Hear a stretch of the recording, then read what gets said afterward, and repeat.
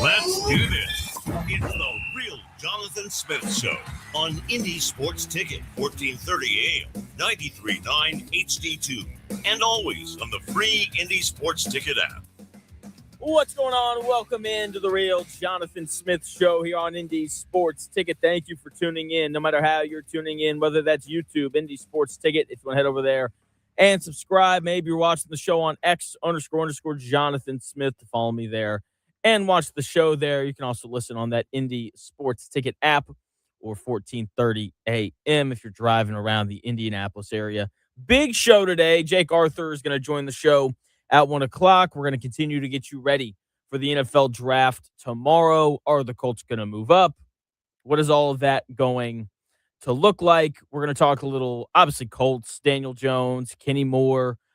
Every year before the NFL season, I do 3 big borderline hot takes, and we're going to do that for the NFL draft today as well. It's Wednesday, so we've got over the hump day going on. I got some thoughts on Anthony Richardson as well. So big, loaded show today, getting you ready for the NFL draft. Speaking of the draft, tomorrow, Chris and I have a plan for draft day. We're going to do some different drafts throughout the show, and we are open to suggestions. We have ideas right now, but hey, why not open it up to everybody, right? So that is the plan for tomorrow. So if you have any ideas, you can throw them in our YouTube comment section, or you can tweet them at me or Chris. Now, let's start with Daniel Jones, who is progressing well after after tearing his Achilles about 4 months ago. And there's been a lot of discussion around the upcoming NFL draft. Everyone understands that Chris Ballard has to have an elite draft. He needs to put together one of the best drafts he's had during his time here in Indianapolis. If the Colts want any chance at making the playoffs, because right now, when you look at the roster, they just don't have enough good players. It's the reality of where we're at right now. Go look at that depth chart. It doesn't look good at all. So Chris Ballard needs to have a good draft if the Colts want to have a chance to make the playoffs this year. In turn, that'll help Chris Ballard remain as the Colts general manager for another year. Here's the harsh reality of it, though. It will not matter how good of a draft Chris Ballard has if Daniel Jones isn't fully ready to play. And with the way that it's set up, it looks like he's going to play week 1. So 9 months removed from his Achilles tear, he's going to be starting NFL games. And according to Shane Steichen, it seems like he's on track to do that. Here is Colts head coach Shane Steichen talking about Daniel Jones and how his rehab is going. What is he? Yeah, I think he's 4.5 months post-op. But like I said, his rehab process has been phenomenal. He went to the same doctor that Tatum went to. Tatum's, rolling right now for the Celtics, 9 months.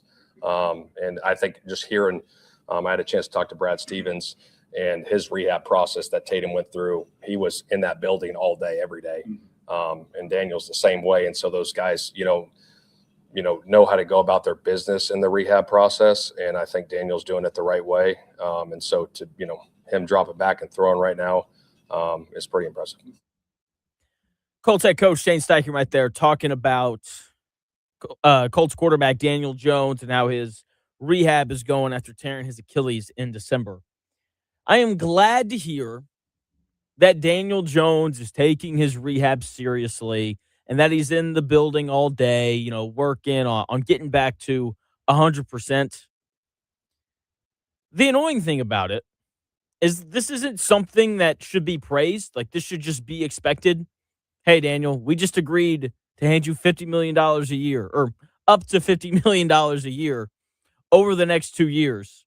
And so I feel like when you're committing that much money to a guy who's coming off of a torn Achilles, I feel like, you should just expect them to rehab really hard. You remember last year when the Colts were excited that Daniel Jones could just do what Shane Steichen asked? You remember last year when Shane Steichen was standing at the podium telling everybody how Daniel Jones understood the offense and understood the game plan. That's just such a low bar. And I just getting excited that Daniel Jones is attacking his rehab in a way that he can be back at the start of the season. That is something that should just be expected from your quarterback. Patrick Mahomes tore his ACL. And when you hear Andy Reid talk about it or anybody associated with the Kansas City Chiefs, there's no like celebratory, oh man. The way Patrick Mahomes has attacked his rehab, it's been so impressive. You don't hear any of that from them because it's just expected from Patrick Mahomes to attack his rehab in an aggressive manner. And like hearing Shane Steichen talk that way, it reminds me of when I was in college. I had a group of female friends, and they would go on dates, and they would come back, and they would say something like, I can't believe he picked me up on time. Or I can't believe he walked me back to my door. And I would say, the bar is on the floor, I see. And that's how I feel hearing this stuff from Shane Steichen. Like the bar is on the floor in terms of expectations of what the Colts have from their quarterback. Come on now. Anyway, back to my point. Daniel Jones has to be ready for the Colts immediately at the start of the season if the Colts want to make the playoffs and if Chris Ballard wants to keep his job. I am not convinced that is going to happen. He might be cleared to play week 1, but that doesn't necessarily mean he's ready to play week 1. Those are two different things. I think he'll be fully ready to play about a year after his surgery. That'll be a little over halfway through the season when the Colts' playoff hopes could already be long gone. It's why I strongly opposed bringing him back for another year. Now, how do I know that he's not going to be fully ready to go week 1? How do I know that things won't feel normal for him until we get to week 10? I know that because I pay attention to the NFL. Kirk Cousins, a year after tearing his Achilles, struggled quite a bit. Aaron Rodgers, the year after tearing his Achilles, struggled quite a bit. What happened 2 years after those guys tore their Achilles and had surgery on them? Aaron Rodgers won twice as many games, had a better touchdown to interception ratio, had a higher passer rating, and took 11 less sacks. The Steelers were actually able to run play action because Aaron Rodgers could finally move again. He took less sacks because he was comfortable moving again. And he looked significantly better. When you compare last year Aaron Rodgers on the Steelers compared to the year prior him on the Jets, it is night and day difference. And I understand that the Steelers are a better team. They had a better coach, all of those things. The one thing they had in common, though, with the New York Jets team that Aaron Rodgers played on was a horrific offensive line. That Steelers offensive line last year was not good. Wasn't good at all. And the one he played behind in New York wasn't very good either. But he still took less sacks and looked better because he was more comfortable moving on that previously torn Achilles. Kirk Cousins, you can see a very similar thing with him as well. Okay, he looked much better 2 years removed from the Achilles tear compared to the year following. The year following, he got benched for Michael Penix Jr. after 14 games. That happened 2 years ago. Last year, playing for the Falcons again, he's the backup. But the final 8 games of the year, he became the starter again. So in 2024, he went 7-7 in 14 games. Last year, he went 5-3 in 8 games. His touchdown to interception ratio in 2024 was 18 touchdowns to 16 interceptions. Last year, it was 2-1. Yeah, Chris over there give me a face. He knows that's terrible. 18 touchdowns to 16 interceptions. Yeah, of course he got benched. And the reason why he threw all of those interceptions, he couldn't drive the football the same way. His QBR from 2024 compared to 2025, it went up, and he looked more comfortable. The Falcons were actually able to put him under center, and he could get out wide and hand the football off to Bijan Robinson. He had the mobility again to run play action. They had to play him out of the pistol a lot in 2024 because he just didn't move well enough to do play action from under center. He also drove the football a lot better. It's part of why he didn't throw as many picks last year compared to the year prior. He was more comfortable driving the football off of his back foot. It's kind of important if you're going to play quarterback. So sure, Kirk Cousins and Aaron Rodgers were cleared to play about a year after tearing their Achilles. But that didn't mean that they were necessarily ready. And there's one thing between the both of them and their struggles the year removed from their Achilles surgery that is really important for Daniel Jones. It was their inability to run play action. Because look, if you're running play action, like you got to move a lot and the footwork is very precise. Sometimes you're running bootlegs, so you're faking the handoff and then you're sprinting out left or out right or wherever. Mobility is kind of important whenever you want to do that. Is that something that Daniel Jones is going to be able to do? Because the Colts were really good when they played out of play action last year. You know, who would have thought? When you act like you're giving the football to your best player, Jonathan Taylor, and then you don't, it opens up opportunities for other people. Can he do that as effectively coming off of this Achilles tear compared to last year? That is going to be a very important thing for us to look at when it comes to Daniel Jones this season. Now, there is one difference between Daniel Jones and Kirk Cousins and Aaron Rodgers, and it would be incredibly wrong of me not to acknowledge this.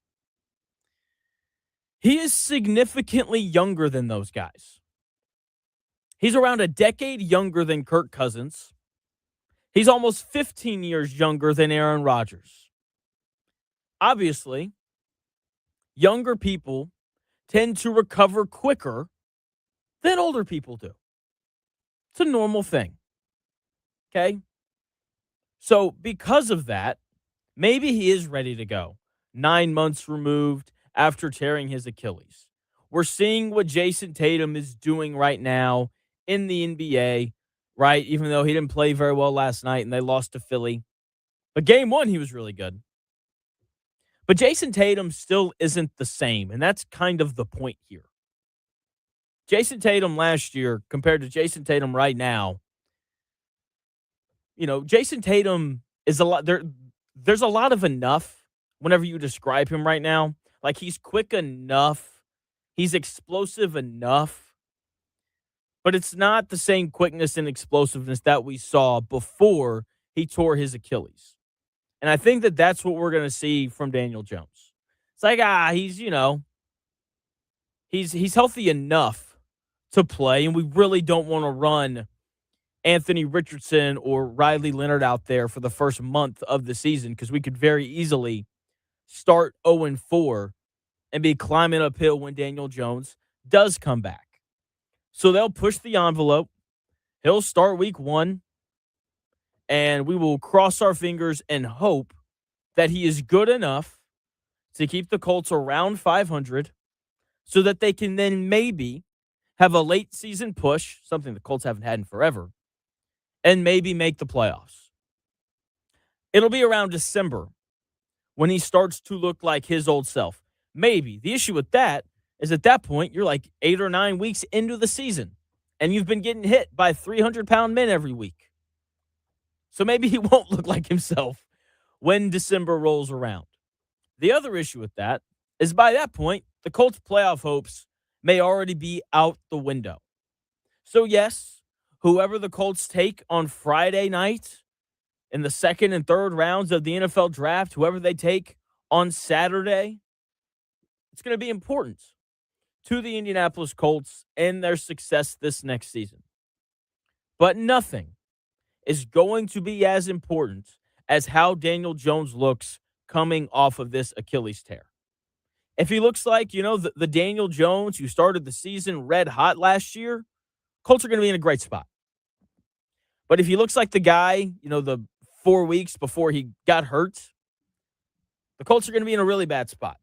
And Chris Ballard is hopefully going to be fired if he looks that way. So, again, we're going to get really excited about whoever they take on Friday and Saturday. I'm sure Chris Ballard will give us some long spiel where he giggles a lot and says, "Oh, man, couldn't believe that this guy was on the board. We had a first-round grade on this guy, and we got him in the 6th round. Can't believe it." We'll get some spiel like that, and that'll be great, and people will get excited about it. And look, Chris Ballard could be right, but it won't matter if Daniel Jones isn't actually ready to play, because there's a difference between being cleared to play and being ready. And hopefully Daniel Jones is ready week 1, because Colts are going to need him for every game, every single one. And, look, you saw Riley Leonard play last year. Wasn't very pretty. So hopefully he's able to figure it out. Chris Ballard said something during his press conference the other day, and people are overreacting to it. Just absolutely overreacting. I'll tell you what he said and why you're overreacting when we come back in about 3 minutes. Golfers, listen up. Your ultimate golf adventure is here. The 2026 Indiana Golf Card is your ticket to 8 incredible rounds of golf for more than 80% off, valued at over $300. You can get yours for just $60. The Indiana Golf Card covers your green fees at 8 different courses across central Indiana, starting Friday at 9 a.m. Go to IndiesSportsTicket.com. Again, that is IndiesSportsTicket.com, and click on the Sweet Deals tab to get your card before they're gone.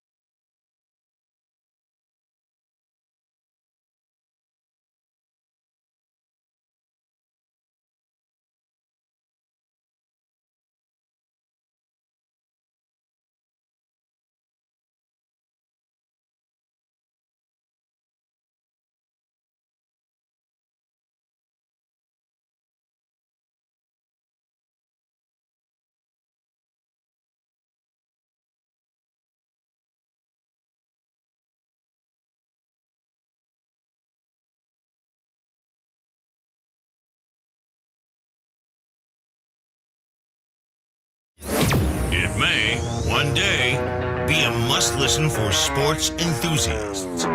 Yeah, and monkeys might fly out of my butt. Uh-oh. The Real Jonathan Smith Show on Indy Sports Ticket, 1430 AM, 93.9 HD2, and always on the free Indy Sports Ticket app. Yeah. Welcome back to the Real Jonathan Smith Show here on Indy Sports Ticket. Thank you for tuning in, no matter how you're tuning in, whether that's YouTube, the Indy Sports Ticket app, X, 1430 AM, no matter how you're listening. It's greatly, greatly appreciated. Okay.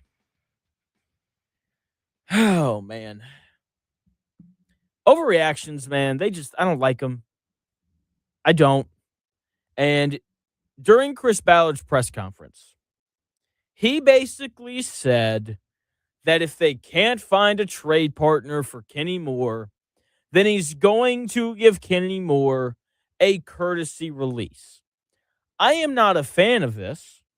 I think they should hold on to him until they're able to make a trade, because sometimes, the Eagles may not need a corner right now, but week 4, one of their guys could get hurt, and all of a sudden, they're calling you and they're offering a 4th-round pick for Kenny Moore. That's why I think that they should hold on to him.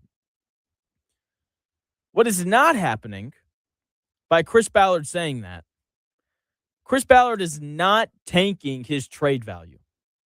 I have seen so many people say this, and that is just fundamentally not correct. It is at best partially true. Kenny Moore is still a good football player. I would be surprised if there weren't multiple teams at least somewhat interested in the services that Kenny Moore has to offer. Here's the thing, though. Only one team is going to get him. Only one.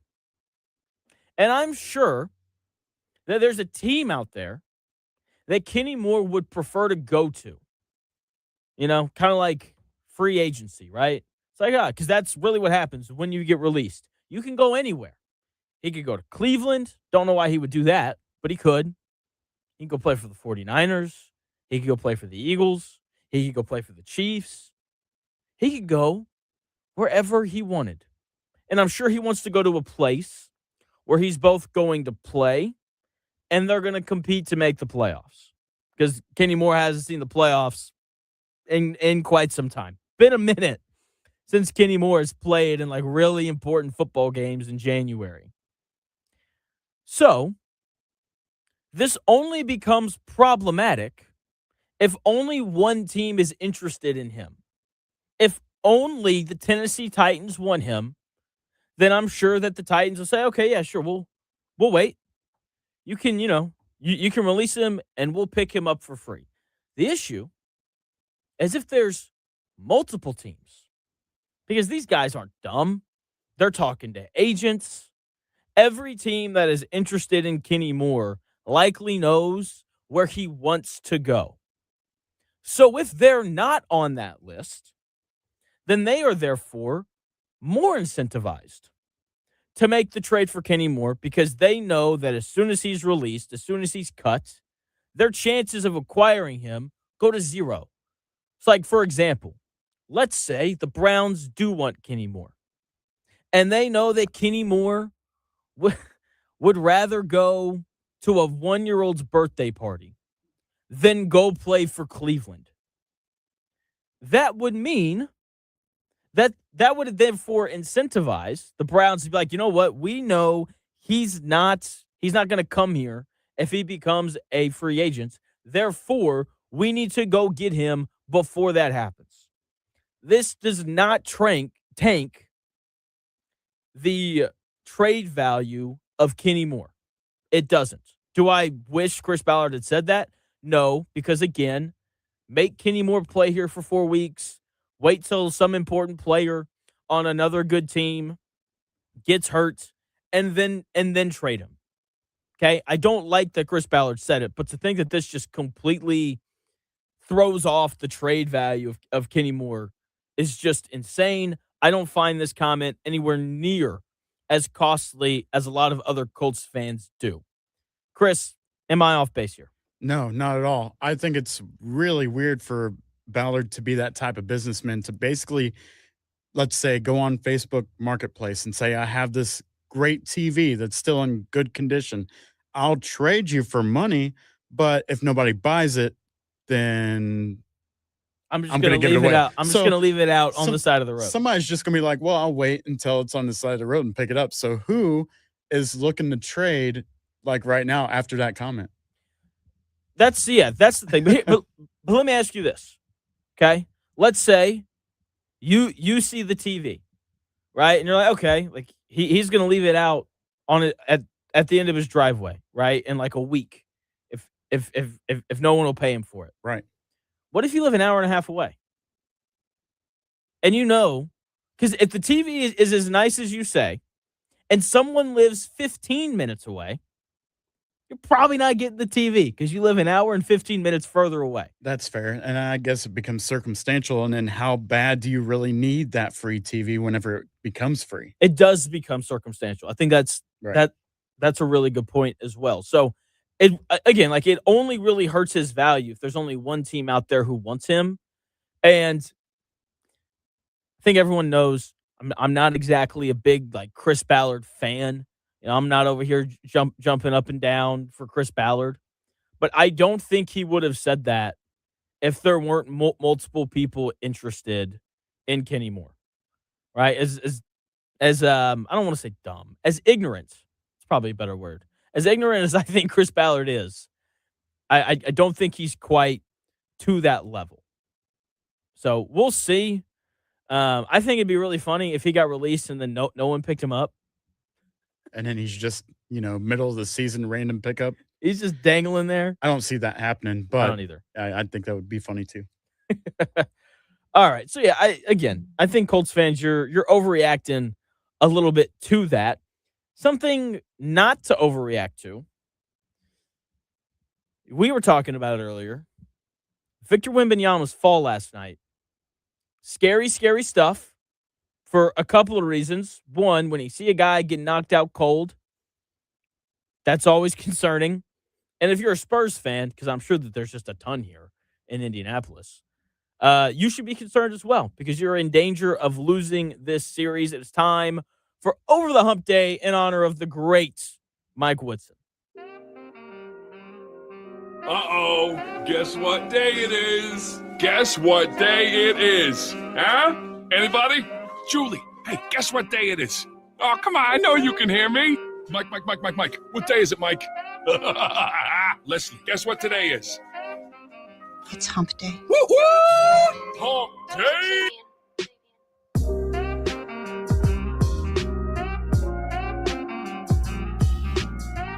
No, as a coach, I gotta get us over that hump. I gotta get them comfortable, knowing that you're gonna be in close games and you gotta make plays coming down the home stretch. I mean, in the tournament, we were right there. I just didn't get them over the hump, man. And that's something that I live with every day of my life. Because I truly believe that was the team to really make some noise and get to the finals, and I just couldn't get them over the hump. Good old Mike Woodson. I love that sounder. It's so good. All right. Yesterday on the show, I did not think I'd be going in this direction for Over the Hump Day. But last night, Victor Wembanyama hit the floor. More specifically, his face hit the floor incredibly hard. Knocked himself out for a few seconds. He's now in concussion protocol, which means he can like start doing things again in 24 hours. He can play as soon as 48 hours removed from when he suffered the concussion. That's not normally what happens. Most people, when they enter concussion protocol, they're out for a week to 10 days. That sets up for him to come back for game 6 or 7 if the series gets that far. And I now think that it will. The Spurs have to find a way to get over this hump without Victor Wembanyama. Okay? The Spurs still have a good team without Wemby, but they're not the 2 seed in the West without him, obviously. Now, winning on the road in Portland against a desperate Portland Pathfinders team, to reference to yesterday's show, for those of you who are listening, just became much tougher when you're missing the unanimous defensive player of the year and the opposing team's best player makes his living by getting to the rim, getting stops, becomes much tougher. They lost last night because they couldn't get stops in the final 6 minutes of that game. There was a graphic that I saw earlier today. The Blazers outscored the Spurs like 28-10 in the final 8.5 minutes of the fourth quarter. The Trailblazers got to the rim whenever they needed to, and they got good shots out of it. They hit a couple threes in transition as well, and they stole the game from the Spurs. Drew Holiday, one of my favorite players in the league. Freaking love that guy. Made a couple of plays to swing the game in their direction. And, he had like a big steal where he just looked at Stephon Castle and was like, I'm going to take the ball now. And then he did. It was incredible. Also had a big offensive rebound late with a putback that put him ahead. Here's the positive for the Spurs. They'll be better offensively because Victor Wembanyama is prone to take some bad shots and turn the ball over. I know it doesn't seem like that after I just said they scored 10 points in the final 8.5 minutes of the game last night, but they just missed shots. It happens sometimes. Those wasted possessions that Wemby, has sometimes, those will be gone since he's not going to be playing. Although they will miss some of the free points you get whenever he gets behind the defense. Anytime Wemby gets behind the defense, it's a free 2 points because you're just going to throw the ball high, and then he's going to grab it, and he's going to stand on his tippy toes, and he's going to dunk it. So the question for San Antonio isn't going to be whether or not they can score enough without Wemby. The question is going to be if they can get enough stops late in games, because that's how you win playoff games, especially on the road. And they have to be able to win on the road now since they lost last night. Now, here's a positive of going on the road to play Portland. You don't have to worry about their fans wearing matching shirts because the owner in Portland is cheap. No, there's no other way to put it. So that series has become a lot more interesting. The whole first round as a whole, Boston loses a home game last night. Denver lost a home game already. The Pistons have already dropped a home game in the series. They play game 2 tonight, 7:00. Can't wait. I'm going to have to record it, which bothers me. I told some people I would play. I have small group tonight. And we're going to play pickleball. And, we'll see how it goes. But anyway. The NBA playoffs, absolute cinema so far. Hopefully Wemby's okay. Hopefully he's able to come back because the NBA is just better when the most unique player in the world is playing. So over the hump day, it needs a sponsor. Someone call in and sponsor it. Anyway, tomorrow is the NFL draft. We're going to have Jake Arthur on the show coming up here at 1:00. Oh, nice. That scared me a little bit. I wasn't ready for that. You're on the clock, dude. I am on. Okay. I have an hour to make my first selection because that's how the NBA draft, the NFL draft works for some reason. Every selection takes forever. Anyway. He said that scared me. It did. Wasn't ready for it. Sorry. It's okay. I don't even remember what I was saying. The NFL draft's tomorrow. Jake Arthur is joining me here in about 25 minutes. We'll talk a little bit more about the Colts and kind of, what all they're going to do in the draft. Every year, I do 3 big takes for the upcoming NFL season. I've got 3 big takes for the upcoming NFL draft that I'm going to give to you coming up here in about 3 minutes.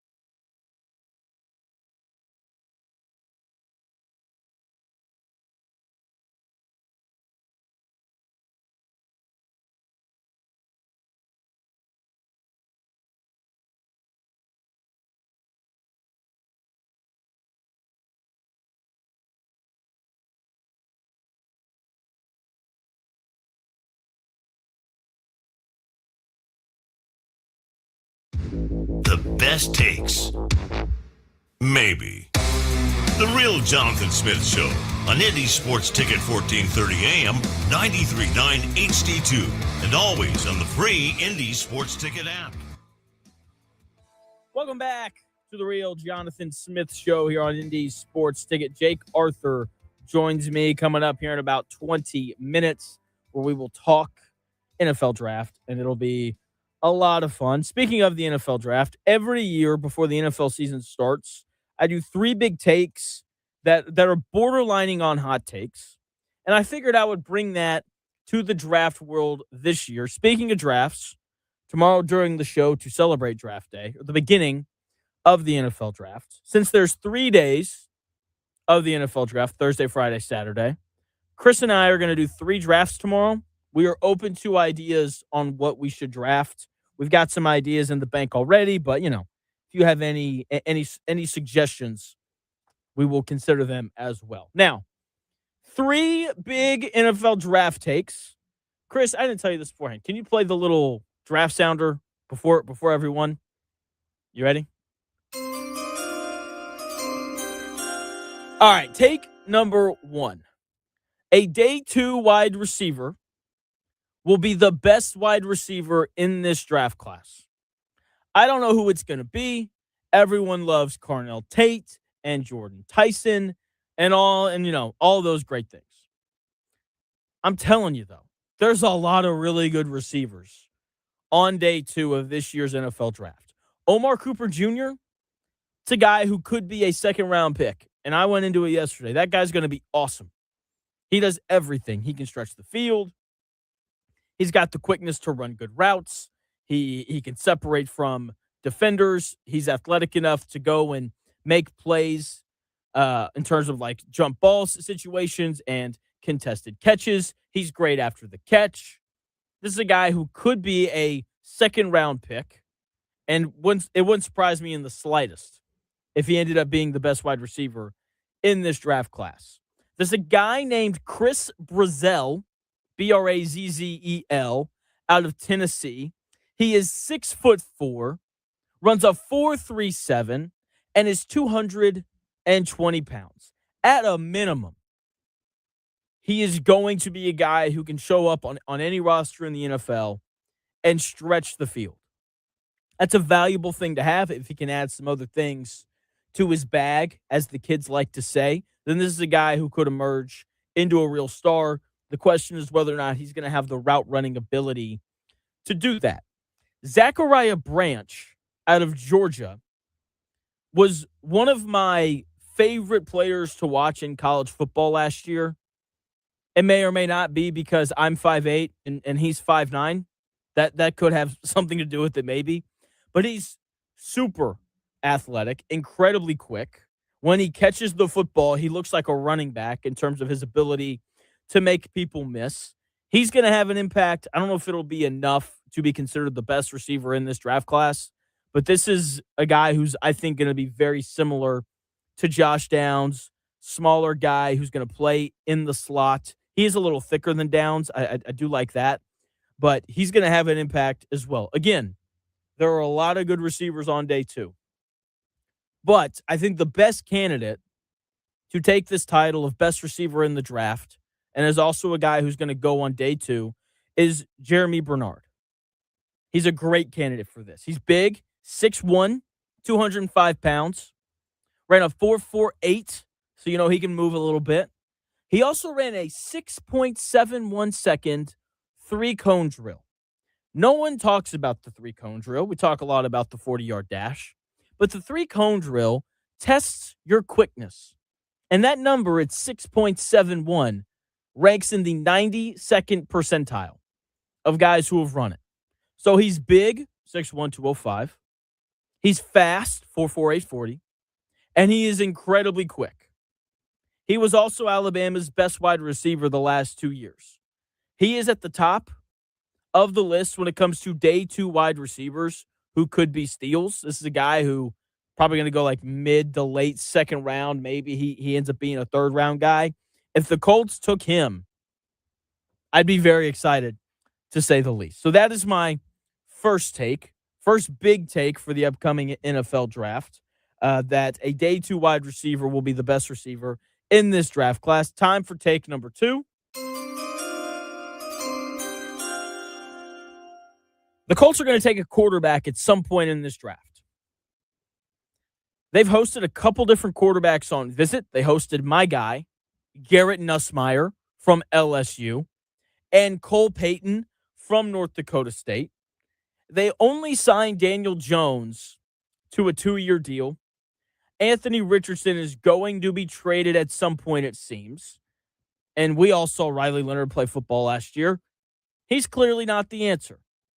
Now, I don't think that the Colts would use a second or a third round pick on a quarterback. I think the earliest that they take one is in round 4, which very conveniently is where Garrett Nussmeier is projected to go.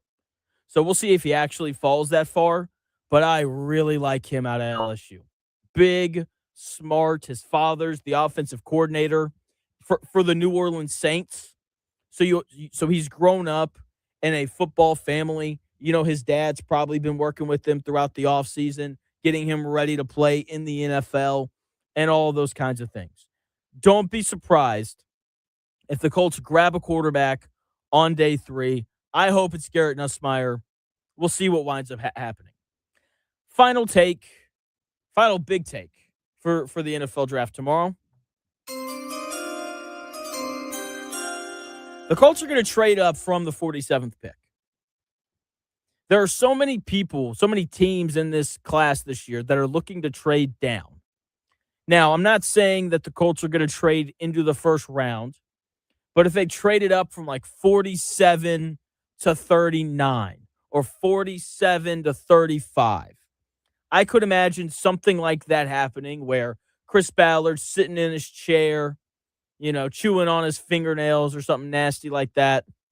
And he's like, oh man, Zion Young is falling a little bit. Do we want to trade up 7 picks to make sure that we get him?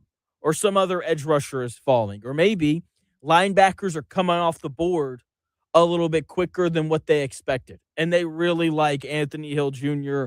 or Jacob Rodriguez or someone like that. Wouldn't surprise me if they traded up from 47 to 40 or something along those lines. I do think we'll see the Colts trade down at some point during this draft class. It doesn't necessarily have to be a trade down, though, from that 47th pick. Wouldn't be surprised in the slightest, though, if they were to trade up, maybe give up, a 5th round pick next year in order to be able to do that, depending on how far they trade up. So those are my 3 big takes for the NFL draft that will begin tomorrow. A day 2 wide receiver will be the best in this draft class. The Colts are going to take a quarterback, and we're going to see the Colts trade up from the 47th overall pick. Even though, if you ask Sauce Gardner, they don't need to trade up. They don't need any more good players or anything. They have everything they need already. Listen to Sauce Gardner, cornerback for the Colts yesterday, talking about this team and this roster.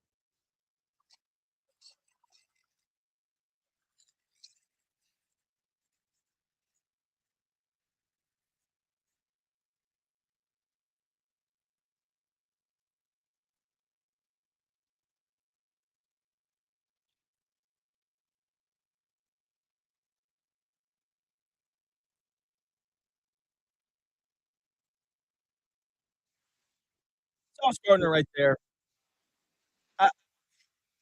What does Sauce Gardner know about making the playoffs? He played for the Jets. What does he know about? We got the bare minimum of what we need to make the playoffs and all that kind of stuff. When was the last time the Jets made the playoffs? I mean, seriously. Come on, man. The Jets last made the NFL playoffs, it looks like in 2010. That can't be right. Certainly not. They've had Sauce Gardner. I know the Jets beat the Colts in Peyton's last 2010 playoffs. Yeah, that's was that the crazy. same year? Yes, it was. Huh. Yeah. What does he know about making the playoffs? I get it, man. If I need to be If I need to be the first round pick the next 2 years, man, stop all that, man. You came from an awful team to a slightly above awful team. Okay? Sauce Gardner, you have played in as many playoff games in your entire career as the Colts have in the last 5 years. 0. What do you know about what a roster needs to look like that's good enough to make the playoffs? If you were coming from like the Rams or, the Patriots, somebody like that, then okay, yeah, man. Like if you want to talk a little bit about what a playoff roster looks like, then go right ahead. But I'm going to go out on a limb and say that a roster that has Nick Westbrook-Akine starting at wide receiver, I would say that that's not a playoff roster. I would say, how do you know that when we've never seen Alec Pierce in the role that he's going to play in at wide receiver this year? The undoubtedly, absolutely number one guy. Come on. How do you know this is a playoff roster when the Colts are going to run former 4th-round pick Jalen Travis out there to play right tackle when we've barely seen the guy play right tackle? He looked good last year, but how's he going to look over the course of a season? How do you know? This is just insane. And I get it. He's like supposed to say this, but Jalen Tuimoloau is currently set to start at edge, and he barely played last year. Leatu Latu's their best pass rusher, and he had like 8 sacks. Did he even have 8 sacks last year? How many did he have last year? He had 8.5 sacks last year. That's not exactly some like elite edge guy coming off the edge. Okay, Akeem Davis Gaither is currently your starting weak side linebacker. Do you know what people know about Akeem Davis Gaither? They know nothing about him. The only thing that they know about him is that he plays for the Colts, and you only know that because I just said it. This is not a playoff caliber roster. What do you know about Wanya Thomas? He's currently the Colts' starting strong safety. What do you know about John Bullock? Currently the Colts' starting strong side linebacker. Okay, the only thing about this roster that is, playoff good is the secondary if it stays healthy. Okay, between Charvarius Ward, who has had a major issue with concussions. I'm telling you right now, he's going to get hurt again this year. Sauce Gardner, as annoying as I find you, you are a really good player. I will concede that. Cam Bynum at free safety, that's a playoff level guy. But Wanya Thomas, is this the guy who didn't play for forever? No, it's not. It's not. This is someone different. Okay? Hey, what am I talking about? This guy had 14 tackles last year. What a stud. Come on, man. This is not a playoff roster. There's way too many holes. You need a wide receiver. I know that Jalen Travis played well last year, but I'd like to see a little bit more from him before I'm like, yeah, Jalen Travis, that guy's the future. Okay, I'd like to see more, really anything, honestly, from Jalen Tuimoloau, a 2nd-round pick from last year. I'd like to see a little bit more from Leatu Latu. I would like to know that Grover Stewart and DeForest Buckner aren't going to look their age this year. I do like Colby Wooden, guy who they got from the Packers in exchange for Zaire Franklin. I like to see anything from Akeem Davis Gaither and John Bullock and Austin Ajiki. I didn't say his name right, but that's okay. A guy who had 13 tackles last year. Maybe when he has more than 13 tackles in a season, I'll learn to say his name right. Sauce Gardner, man, what are you talking about? Played for the Jets. Just go up to the podium, say as little as possible, and then move on. Okay? That's what he needs to do. Because as of right now, this Colts team is set up. And again, this is before the draft. They could have a really good draft, and I could change my tune pretty quickly. But right now, given what this roster is, given what they brought in in free agency, given what they've lost, given what they're about to lose in terms of Kenny Moore probably going to be traded or released here at some point. This right now is not a playoff roster. There's no way that you can sit there and call it that with a straight face, unless you've previously played for the Jets, where they play nothing but losing football up there. Jeez. Sauce Gardner, man, like I like you. You're a good player. But let's maybe stop with the stupid. Okay. Oh man. Sauce Gardner. All right. Jake Arthur is going to join the show coming up here in about 5 minutes or so. He was really good the last time he was on. Knows his stuff. We'll keep talking Colts and, what their, draft is going to look like. Probably on Friday. I doubt we see them make any picks tomorrow. Is it possible, though, that they could trade up?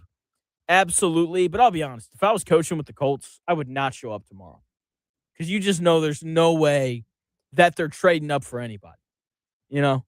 Actually, that's not true. I'm too much of a I need to do what my bosses tell me to do kind of guy.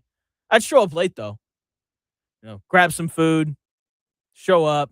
Like, we're already 12 picks in. Why are you late, Chris? Come on.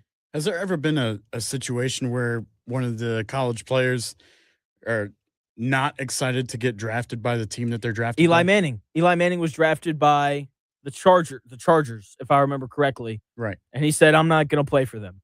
And then he ended up going to the Giants. John Elway was drafted by the Colts and did the exact same thing. That's right. And so, yeah. Yes, I was just looking for that reaction picked by the Colts, and they're just like, gosh dang. I got to go to a losing situation, and I got to go live in Naptown. Oh, the fighting Mark Sanchez's. Seriously. Yeah. Jeez, the fighting Mark Sanchez's. Jake Arthur of Locked On Colts joins us coming up in 4 minutes.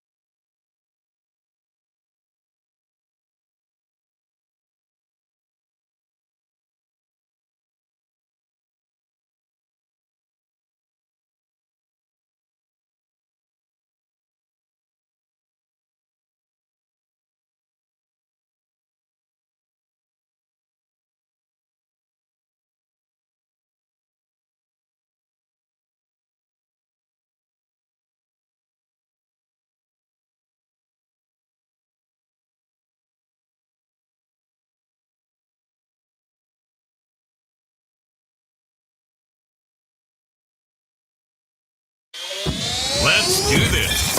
It's the Real Jonathan Smith Show on Indy Sports Ticket, 1430 AM, 93.9 HD2, and always on the free Indy Sports Ticket app. Welcome back. Hour number 2 of the Real Jonathan Smith Show getting underway here on Indy Sports Ticket. Thank you for tuning in, no matter how you're tuning in.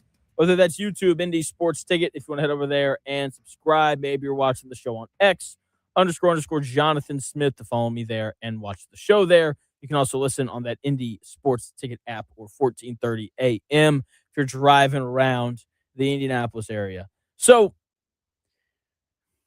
I got times wrong. Jake Arthur's coming on at 2 o'clock, not 1. That's okay. So he'll be on here in about an hour, and we'll continue to get you ready for the Colts and the upcoming NFL draft. Now, Anthony Richardson is going to be a topic of discussion because, Chris Ballard wants more picks.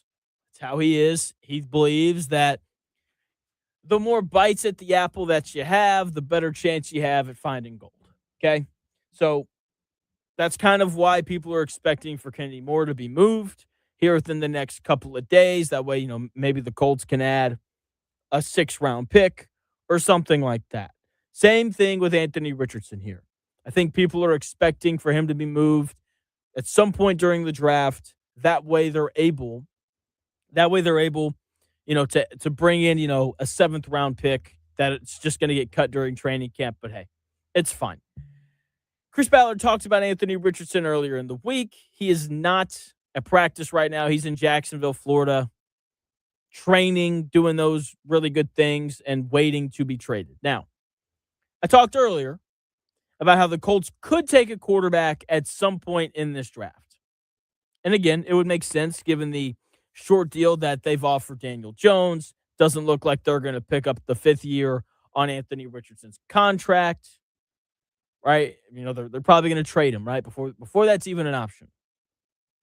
And they don't have to trade Anthony Richardson, though. They're not in a hurry to, and they shouldn't be, because he has basically no value right now. You might get a 7th-round pick. Maybe. So that's the right move. It's to wait right now. Even though there is a large part of me that's just ready for the franchise to move on from him so we can just stop talking about him. Seriously, we talked about him a lot last year, even with all of Daniel Jones' success. We're talking about him right now because he decided not to show up to camp. We talked about him yesterday because of all the backwards hat stuff, and so on. So I'm ready for him to be gone, not because I don't like him. Like when the Colts drafted him, I remember being excited, right? Because he's got all of that talent and all of those things, okay? So we'll kind of see what ends up happening here. But the issue with making the trade is there's a super short list of teams that think it would actually be worth taking him. For example, last year, there was a lot of talk about, hey, what if the Vikings traded for him? They liked him a lot during the draft process when he was coming out and all those things. The Vikings are no longer on that list, though, because they have Kyler Murray. And J.J. McCarthy is now their young backup quarterback that fans can put their hopes in, like we have done with Anthony Richardson here in Indianapolis. So you can just cross them off the list. He's not going there. The Rams probably make the most sense. They have a complete team. Giving up a 6th-round pick for Anthony Richardson wouldn't hurt them at all. Sean McVay is a great coach who could probably help him through some of his issues. The problem with sending him to the Rams is Sean McVay wants a partner at quarterback. That's part of why they got rid of Jared Goff. I don't think intellectually Jared Goff was where Sean McVay wanted him to be. Whereas Matthew Stafford, obviously a guy that intellectually is where Sean McVay wants him to be. Matthew Stafford, seen it all, been through it all, great quarterback, all those things. Okay? So that's one of the problems with maybe sending him there. I don't think he's the kind of quarterback that Sean McVay would want. Now, a positive for Anthony Richardson is he would get to sit behind Matthew Stafford for a year. And Matthew Stafford seems like a nice guy. Anthony Richardson would obviously be able to learn from him, but Matthew Stafford also seems like the kind of guy who would actually invest in Anthony Richardson a little bit. Whereas if he went to a place like a Pittsburgh, Aaron Rodgers would be like, dude, I'm playing football for another 8 years. Quit asking me questions, man. You're never going to play here. Kind of like what he did to Jordan Love in Green Bay. Kind of like what Brett Favre did to Aaron Rodgers in Green Bay, and so on. So from a glass half full perspective, the Rams would probably be a good place for Anthony Richardson to go. I don't know if it would be the best place for him to go, though, just because of how Sean McVay is and what he asks and expects of his quarterbacks. The Steelers could trade for him. They drafted Will Howard a couple of years ago. He was like a 4th-round pick. I doubt he turns into some sort of high-end franchise quarterback. He also doesn't have the intoxicating talent that Anthony Richardson does. He doesn't walk into a room. He doesn't pass the bus test the same way that Anthony Richardson does. So, Jonathan, what's the bus test? The bus test is you get off a bus and people know exactly what you do for a living.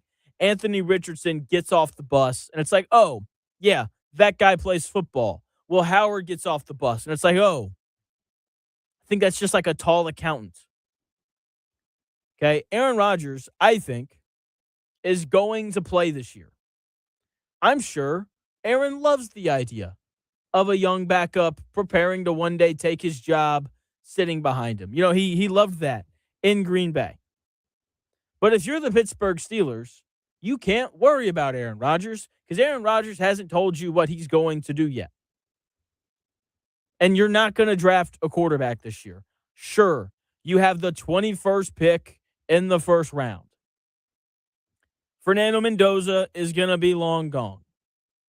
Small quarterbacks without big arms are not the kind of quarterbacks you want playing in Pittsburgh. Say, Jonathan, how do you know that? I saw Kenny Pickett play quarterback for them. That's how I know that. When you play in a place like Pittsburgh, outdoors, where it gets cold in December and January, when playoffs are played, you want a bigger quarterback with a bigger arm, with big hands, who can throw the football through the cold. That's why a guy like Tua Tagovailoa would never work in a place like Pittsburgh. Anthony Richardson is a big quarterback with big hands who can throw the football through a mountain. No problem throwing it through the cold for him. Okay? Ty Simpson, not that guy. I think it'd be Kenny Pickett all over again if the Steelers took him with the 21st pick. So you might as well give up a day 3 pick to see if Anthony Richardson figures it out. They did hire Mike McCarthy, an absolute genius. So I do think that the Steelers wouldn't be a terrible option for him either. Okay? IU fan is saying Omar Cooper at 21. He is our big Steelers fan here. Okay? So there's that. Apparently, a lot of mocks have the Steelers taking Taylon Green late.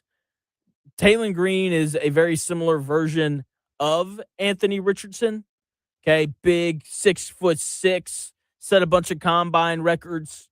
Like a lot of his, combine numbers are very comparable to Calvin Johnson, right? But big arm, has some accuracy issues, can get a little flustered. But, if you're drafting Taylon Green, you're basically taking Anthony Richardson. It's a really similar thing. I do think Taylon Green's a little more mature than Anthony Richardson is, though. Anyway, back to Richardson. I think that the Ravens would be an interesting place for him.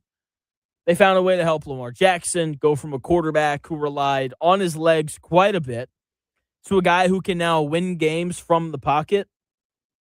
The only problem with that is the offensive coordinator of the Ravens, when that transition happened for Lamar Jackson, isn't there anymore. He's now the head coach of the Cleveland Browns. Say, well, what about Cleveland? What if they sent Anthony Richardson to Cleveland?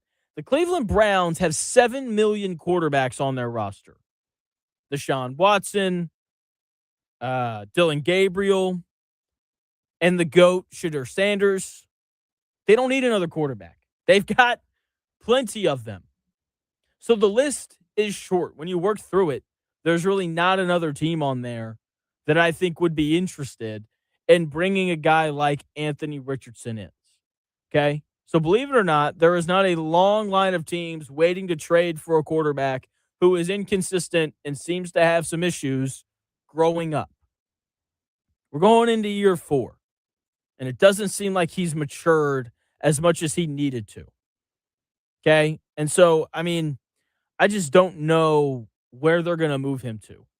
And it'll be an interesting thing because he's not coming to training camp. Nothing like that is going to happen. It doesn't seem. So, we'll see what ends up happening. So, the Fever have – oh, what's up? I was going to ask, as a Giants fan, do you think he could land there as a backup to Jackson Dart since, Russell Wilson has taken off and DeVito is gone? You know what I mean? Who is the Giants' backup quarterback right now?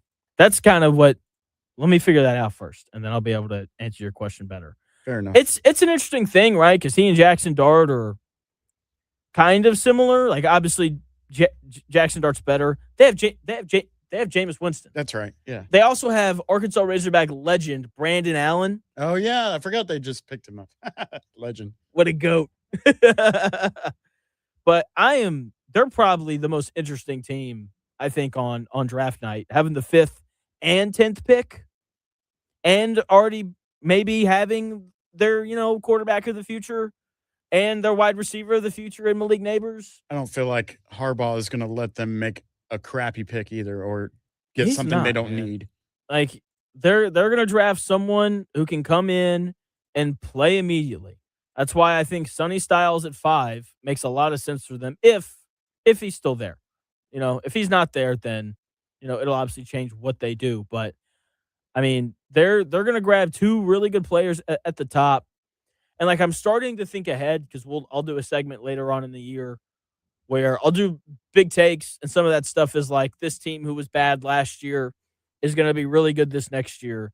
I think that the Giants have to be in that discussion. I think the Raiders have to be considered there as well because, look, the 2 most important things for any football team are who your head coach are and who your quarterback is. And if the Raiders hit on Kubiak and Mendoza, like, they're going to be really good. And so I think that the Giants have a chance to make a leap if they hit on these 2 picks. I think the Raiders have a chance to make a leap if Fernando Mendoza ends up being good. Outside of that, though, like, the Jets are going to be bad no matter who they take with pick number 2. The Cardinals are going to be bad no matter who they take at pick number 3. Same goes for the Titans. Like, unless Cam Ward figures it out. So I'm, again, very intrigued to kind of see who the Giants take. Someone commented earlier on the show and said that their excitement for the NFL draft is 1 out of 10. And I kind of feel the same way. I think that there's 2 reasons for that. I think it's because the Colts don't have a first-round pick.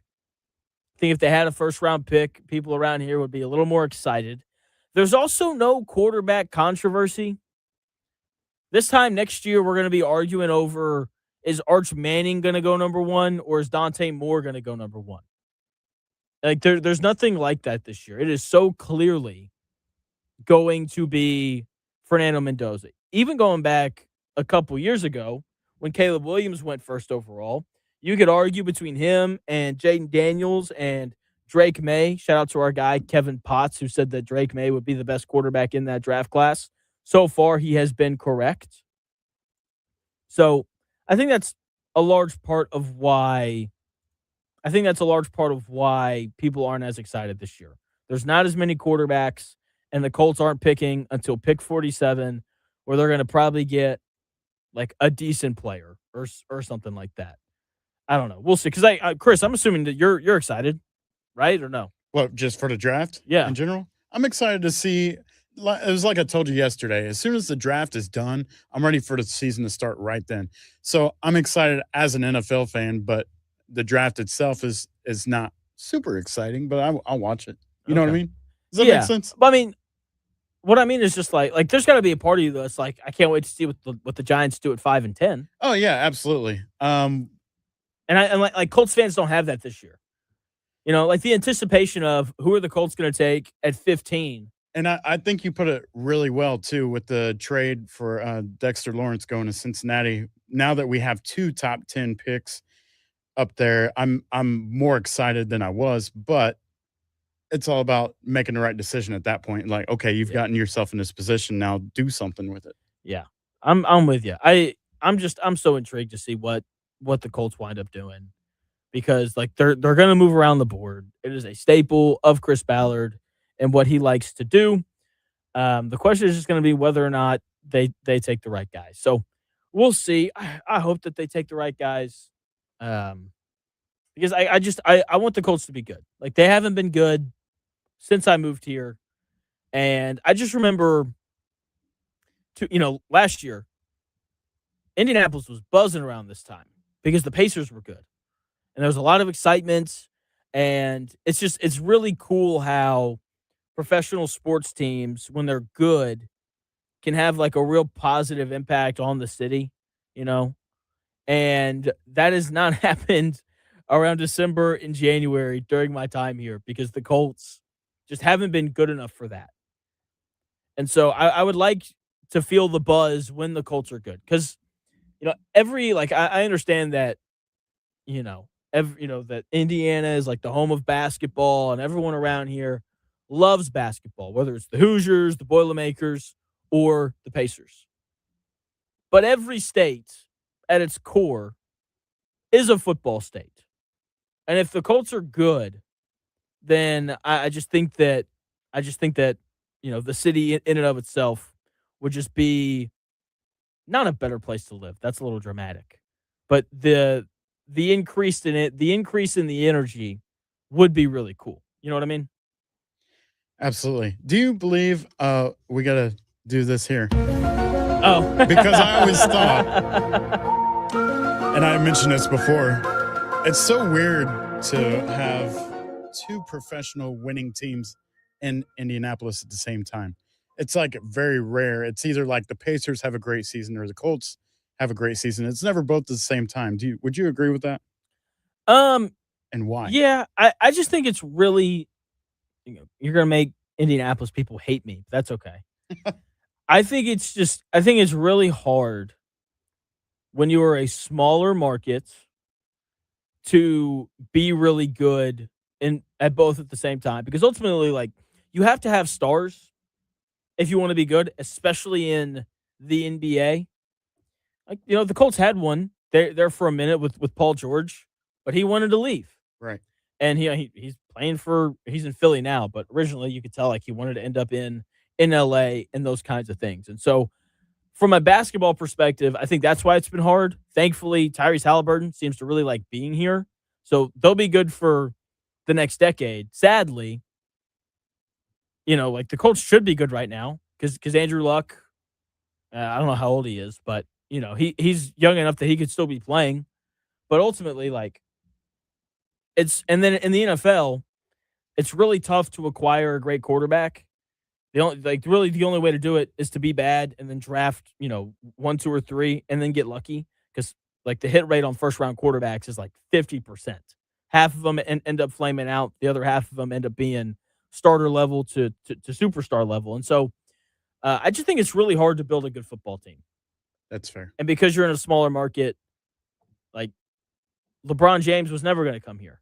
Right. Yeah. You know what I mean? So I think part of it's market size and the other part of it is it's really hard to build a good football team. I would agree with that too. So yeah, there you go. That's a good question. I think that's a good observation too. I've never thought about how, the Colts and Pacers are very rarely good at the same time. So good call on your part there, Chris. So ultimately though, we're talking about the importance of quarterbacks. If the Colts want to be good next year, Daniel Jones has to play well. He is apparently progressing well through his rehab. Shane Steichen talked about Daniel Jones and that process and his rehab process. We'll have that audio for you in 3 minutes.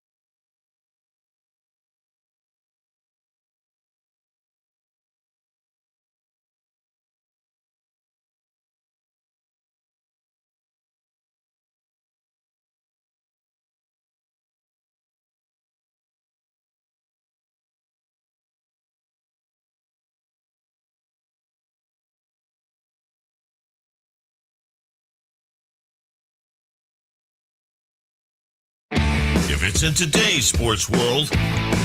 It's here. The real Jonathan Smith Show on Indy Sports Ticket 1430 AM, 93.9 HD2, and always on the free Indy Sports Ticket app.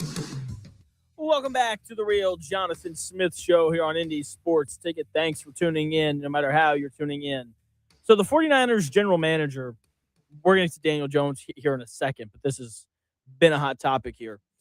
The 49ers general manager made a comment about how they use AI to help with draft picks, and if you're not using AI, you're falling behind, and all this other nonsense.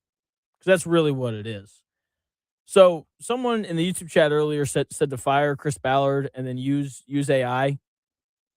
I think that's a terrible idea. Have you used AI? Have you? Sure. Who hasn't? I mean, it's almost like you can't get away from it anymore. But in some situations, like Grok or Chat GPT, I do use that because that's a quick answer. But it's wrong so often. How so? I think the best example, a couple years ago, when Luka was traded from the Mavericks to the Lakers, this writer with I think it was Yahoo Sports. Don't hold me to that. That could be wrong. When he wrote his article, in there he mentioned that Luka Doncic used to have a 40-inch vertical. Right? He had a 40-inch vertical at the NBA Combine. Okay. Do you know who never attended the NBA Combine? Luka Doncic never attended. So he used AI. He admitted to it. He used AI. And when he typed in Luka Doncic, AI was like, oh, you mean this white guy named Dante DiVincenzo? Because he went to the Combine. Right. And he had a 40-inch vertical. Sure. And so, like, whenever I get stuff from AI, I double check all of it. Because I find it to be wrong. Like if I type in, I did something the other day. I was trying to figure out, what was it? I was looking at like Chris Ballard draft picks or something, and it was anyway.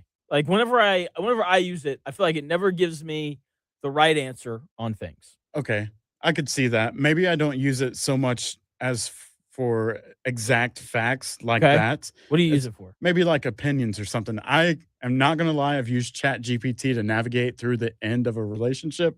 Like, what should I say? She said this. What do I say here? Man. And it worked out. It was weird. That is weird. But I mean, that wasn't a fact thing. It wasn't but it's like I need guidance thing. Right. And immediately, hey, my friend's busy. I'm going to ask this. You said it worked. Yeah. So I guess I can't knock it that much. But my thing would be AI doesn't know that person. And like so much of what you say, I think, has to do with like who the person is. True. It gives you a really, really good educated guess because even if you do Google, right, and you put it in AI mode and you type in a question, it doesn't just give you a guess. It scans the internet for you and then gives you the best possible answer. My joke with AI has been it's not artificial intelligence. It's just the advanced internet. Because that's like you said, it just kind of scans the internet for everything. Yeah. And so I don't know. But, these NFL teams are using it. And, they're not using it to make the pick. Like the 49ers aren't sitting in their draft room. Like, who should we take with, the 22nd pick or whatever pick they have in the upcoming draft? And so, and then, it's going to spit out, oh, you should take Cam Newton if he's still on the board. It's like, oh, Cam Newton got drafted over a decade ago. Why do you? What kind of fantasy draft is this? Yeah, seriously. And so, anyway, so I think whenever he says that they're using AI, I think that they're using it to like be more organized. Like, have you seen the? I think it's a Microsoft commercial. They have their AI thing called like Pilot or whatever. Right. Yeah. It's like you can plug in different things into a spreadsheet, and AI will like do it all for you, and it'll kind of give you solutions to like math questions and things. Absolutely. I think that's more so what these NFL teams are doing. It's like, can you? Like here's all these guys and their 40-yard dash times. Can you make me a list of the fastest guy to the slowest guy? That way that that they can look at speed. Can you get rid of everybody who runs over a 4.5 and then they cut all of them, right? That's probably how they're doing it. I highly doubt John Lynch, who's done an excellent job building the 49ers. I doubt he's in there like, "Hey, Chat GPT." They also probably have access to something better than Chat GPT. You know what I mean? Yeah. That's the other part. That's I the would other say thing. that too. I guarantee you all of these organizations have some kind of AI specialist on their staff somewhere. Yeah, they probably do. And so, yeah, I doubt they're being like, "Hey, who should I pick or whatever." And so, um, yeah, just brutal. Ross coming in with some facts for you, Chris. Talking about the Pacers and the Colts being good at the same time. Ross saying Andrew Luck's first 3 years, the Pacers lost to Miami in the Eastern Conference second round and the conference finals 2 years in a row. That's probably the last time both were good at the same time. Great recall there, Ross. Yeah, good call. I'm not saying it never happens. Yeah. I'm just saying it's super rare. It's just rare. Super rare. Because even I'm trying to remember, the Pacers weren't good when Manning was around, right? Like that 2000 or They were fighting. They were like think- 7th and 8th seeds, and they were like playing the Heat, right? So I would follow this a lot closer back then. And whenever the Pacers would lose a playoff game, then the Colts would start doing really good. And then when the Colts lose, then the Pacers would start doing really good. It's like, hey man, can we have like some consistency? So he was drafted in 99. Yeah, he was drafted in 99. The Pacers lost the NBA Finals that year. And then first round, lost Eastern Conference, and then they lose in the first round 3 years in a row. And then they get to the conference finals again in 03-04 and 04-05. That was around the time where the Malice at the Palace happened. So early in Manning's career, they were good. And then obviously the 05-06 season, they lose in the first round. And then they go on a run, kind of to your point, where they don't make the playoffs. And then you have the run with Paul George where they're losing to Miami over and over and over again. So, yeah. I think you're right. That's just a view in my generation, and my view of my following. Long-term history, I have no idea. But yeah, on the surface, that's what it looks like. Yeah. And I think you're right. I think that it's uncommon for them both to be really good at the same time. All right, let me pay off this tease. Let's get to Daniel Jones here. So Daniel Jones had surgery to repair his torn Achilles about 4.5 months ago. There's been a lot of discussion around the upcoming NFL draft. Who are the Colts going to take? Are they using ChatGPT to make these choices? Everyone understands that Chris Ballard has to have a really good draft this year in order for the Colts to compete and maybe make the playoffs. Don't say that to Sauce Gardner, though. He thinks they're a playoff-worthy team right now. But ultimately, if Daniel Jones is not healthy, then none of it's going to matter. Coach Steichen seems to really like the way that Daniel Jones has progressed through his rehab. Here he is talking about Daniel Jones and his rehab process. What is he? Yeah, I think he's 4.5 months post-op. But like I said, his rehab process has been phenomenal. He went to the same doctor that Tatum went to. Tatum's, rolling right now for the Celtics, 9 months. And I think just hearing, I had a chance to talk to Brad Stevens and his rehab process that Tatum went through. He was in that building all day, every day. And Daniel's the same way. And so those guys, know how to go about their business in the rehab process. And I think Daniel's doing it the right way. And so to, him dropping back and throwing right now is pretty impressive. Pretty impressive that he's dropping back and throwing right now, according to Colts head coach Shane Steichen right there, talking about Daniel Jones and his road back to playing football. I am glad to hear that Daniel Jones is taking his rehab seriously. It's almost like it's his job or something to do that. This isn't something that should be praised. This is something that should be expected. But this is where the Colts are at right now. When the bare minimum is done, we say, oh my gosh, can you believe that Daniel Jones is doing the bare minimum? Can you believe that Daniel Jones is coming in early? Just bravo. Oh my gosh. It's just such a low bar. Anyway, in order for the Colts to be good this year, Daniel Jones has to be ready to go from the jump if the Colts want to make the playoffs and Chris Ballard wants to keep his job. Certainly, if they miss the playoffs again, Chris Ballard is gone. Now, I'm not convinced that Daniel Jones is going to be ready to go week 1. He might be cleared to play, but that is not the same thing as being ready to play. Those are two different things. I think he'll be ready and he'll look like his old self about a year after the surgery, which will be about halfway through the year when the Colts' playoff hopes could already be long gone. And Daniel Jones may not look like himself because he'll be beat up from the course of the season. It's part of why I strongly opposed bringing him back for another year. It's part of why I strongly oppose the idea of paying him $50 million this year, coming off of an Achilles tear. Now, how do I know that he's not going to play well this year? I know that because I pay attention. Kirk Cousins, a year removed from tearing his Achilles, was not good. Aaron Rodgers, a year removed from tearing his Achilles, was not good.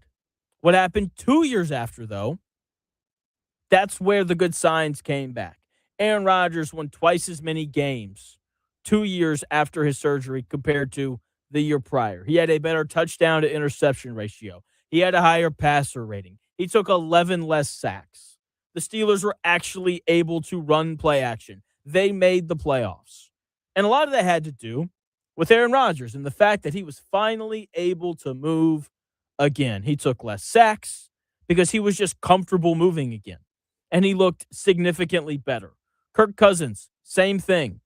2 years after tearing his Achilles, he looked really good. It's why the Raiders paid him a bunch of money to be a backup. Okay, the year after, though, not great. He got benched for Michael Penix Jr. after 14 games 2 years ago. And then last year, he started 8 games for the Falcons. He went 7-7 in 2024. 2025, he went 5-3. His touchdown to interception ratio in 2024 was 18 touchdowns to 16 interceptions. Okay, that is a 9-8 touchdown to interception ratio. That is bad. That's terrible. Also, my wife would be very proud of me for reducing that fraction in my head really quickly. Just saying. Last year, his touchdown to interception ratio was 2-1. His QBR went up. He looked more comfortable. The Falcons were actually able to put him under center. And he would, if the Falcons wanted to run like a stretch run play to Bijan Robinson, they could do it because Kirk Cousins could actually move again. They could actually run play action. The year prior, they had to do everything out of the pistol. That's in 2024 because he didn't move well enough to get out and hand the football off from under center or to get out and run an effective play action from under center. He also drove the football better last year. He was more comfortable pushing off of that back foot and driving the football. It's kind of important when you're playing quarterback. So sure, Kirk Cousins and Aaron Rodgers were cleared to play a year after tearing their Achilles, but that didn't mean they were ready. They weren't ready to play until 2 seasons after. Now, there's a difference between Daniel Jones and Kirk Cousins and Aaron Rodgers, and I think it would be wrong of me not to acknowledge this. Daniel Jones is significantly younger than those guys. He's around a decade younger than Kirk Cousins, and he's almost 15 years younger than Aaron Rodgers. The youth helps you recover quicker from surgery like this. But I don't think he's going to be his full self 9 months after tearing his Achilles, that's about how long it'll be when the Colts start their season back. I think it'll be at least a month into the season. I think closer to December than October in terms of him looking like his old self. And by that point, again, the Colts and a potential playoff bid could already be out of the picture. Their season is going to be so important for the Colts to get a light schedule to start the year. If they're opening up with like the Texans and then the Jaguars and then the Chiefs, Patrick Mahomes is going to start week 1 and so on, then like the Colts could start 0-4 and Chris Ballard can just, go ahead and put the house on the market because you're not going to be here much longer after that. So their schedule to start the year is going to be really important, and how Daniel Jones looks to start the year is going to be significantly more important than whoever Chris Ballard drafts with that second round pick. We're going to talk to Jake Arthur about that a little bit more coming up here in about 20 minutes. Ridger with an interesting question that I'll answer when we come back in 3 minutes.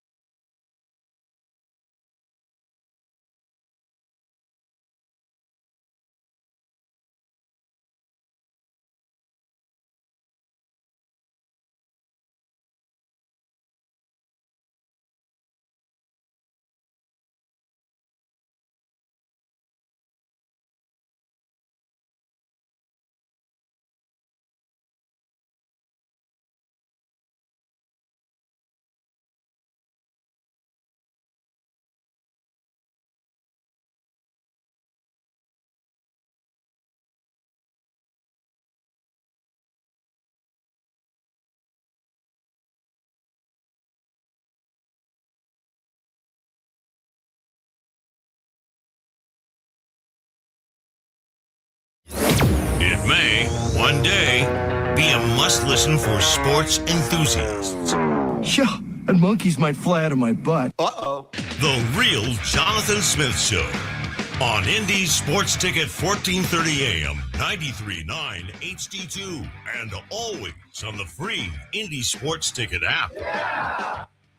Welcome back to the Real Jonathan Smith Show. Jake Arthur joining the show coming up here in about 20 minutes. Thank you for tuning in, no matter how you're tuning in, whether that's YouTube, X, the Indy Sports Ticket app, 1430 AM. No matter how you're tuning in, it's greatly appreciated. Ridger had a question about Fernando Mendoza. Any chance Fernando Mendoza doesn't start week 1? I've read multiple times that Cousins could start, but I just couldn't see it. I'm with you, man. So, we live in this fast food era where everything is supposed to happen quickly. If you have leftovers, you're heating it up in the microwave. You're going to throw it in there for 30 seconds. Boom. You have lunch. You don't feel like making dinner. You can drive,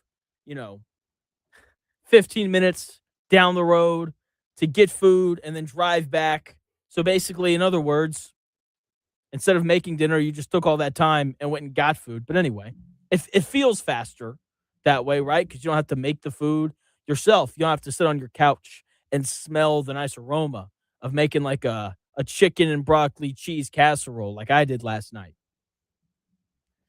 Were you patting yourself on the back? A little bit, yeah. A little bit. I see what you did there. A little bit. And so, like we the reality of it though is like we expect things to happen quickly. We buy things off Amazon, and if it doesn't have next day shipping, I don't know if we get mad about it, but you're like, man, like why doesn't this? You mean I have to wait a whole week for this thing to get here? We want things to happen quickly, and NFL fan bases are no different. Fernando Mendoza is going to start week 1. Telling you right now. Even though they're paying Kirk Cousins all that money, it's going to be Mendoza. Because you don't draft a guy number 1 overall anymore to put him on the bench for 3 years. I mean, look, Fernando Mendoza played a lot of college football. He was a 3-year starter. Okay? Like that guy has played so much football. He's thrown the ball so many times over the last 3 years in live game action at the Power 5 level. If he shows up and the Raiders are like, yeah, probably needs to sit for a couple of years, that's not a good sign. That means Fernando Mendoza is not going to be very good. Now, if this was an Anthony Richardson kind of scenario where he only started for a year and then he came out and he didn't play very much in high school and there's just like a lack of reps, then yeah, sit that guy. But when you have a guy, again, like Fernando Mendoza, who has played so much football, he doesn't need to sit. You need to play him and figure out if he can play or not. Because if he can't, then you need to pull a Josh Rosen, cut him, and draft somebody else next year. Okay? Immediate gratification. Exactly, Richard. That is what it is when it comes to quarterbacks. We saw that here in Indianapolis. Like, when they drafted Anthony Richardson, people didn't think he was going to play immediately for the reason that I just said. He barely played in college. But he shows up, people see him throw it 300 yards in the air, and everyone's like, I would like to see that guy on Sundays. And the Colts caved, and they probably ran him out there a little bit too early before he was ready. Right? So Mendoza, though, not dealing with the same thing there because, again, he's played significantly more football than Anthony Richardson did when he was coming out of Florida. Okay? Jeez. John Buzzard chiming in over on X saying that the 25-26 season of the Blazers has to be one of the craziest I've seen. Yeah. Poor start. True. Young team. Kind of true. Coach exits for a court case involving a mafia-ran poker ring. I'm telling you, they just can't escape that Jailblazers tag. Then make the playoffs and could possibly beat the Spurs in a series. Yeah, it's a real possibility for them. I hope it happens because the Blazers just have a lot of guys that I like. I love Drew Holiday. I freaking love that guy. Every NBA team needs a guy like him. I think he is to the Blazers what Andrew Nembhard is here to the Pacers. He's their best defender. When you need a stop, you trust Andrew Nembhard and Drew Holiday to get it. When you need a big rebound, even though they're both like 6'5", for some reason, they seem to always come down with it. When you need to force a turnover, for some reason, Andrew Nembhard and Drew Holiday are the kind of guys who force the turnover. When you need a big shot, even though they're not some prolific shooters, you just know that Drew Holiday or Andrew Nembhard are going to find a way to knock it down. They're winners. And I love guys like that. So I will always root for teams that employ guys like Drew Holiday and Andrew Nembhard. In addition to that, for Portland, I love Tiago Splitter to just like be handed the basketball team randomly. Jeez. Kind of crazy. All right. And then, in addition to that, like they're fun to watch. Like Scoot Henderson, and I don't want to spend too much time on this because I don't think that there's a lot of Blazer fans around here. But like Scoot Henderson was the guy who was written off as a bust, was drafted in the same draft class as Victor Wembanyama. Before they were drafted, they played each other in the G League. Victor's France team came over to the States, played against Scoot Henderson's G League team, and it was a big deal, huge deal. And no one has cared about Scoot Henderson for the last 3 years because he hasn't been very good, but he's finally breaking out. And I love seeing things like that as well. So love that so much. I'm with you, Buzzard. This Blazers season has been nuts. They're in a great position to potentially beat San Antonio in the first round. And yeah, and this raises the biggest question with Victor Wembanyama. Really tough to stay healthy when you're 7'4". And for those of you who say, well, Jonathan, like it's not like he like sprained his ankle or has like a weird height related injury. He fell and he unfortunately hit his face on the wood and he suffered a concussion. That is a height related injury. That's a long way to fall, dude. It is. You know who that wouldn't happen to?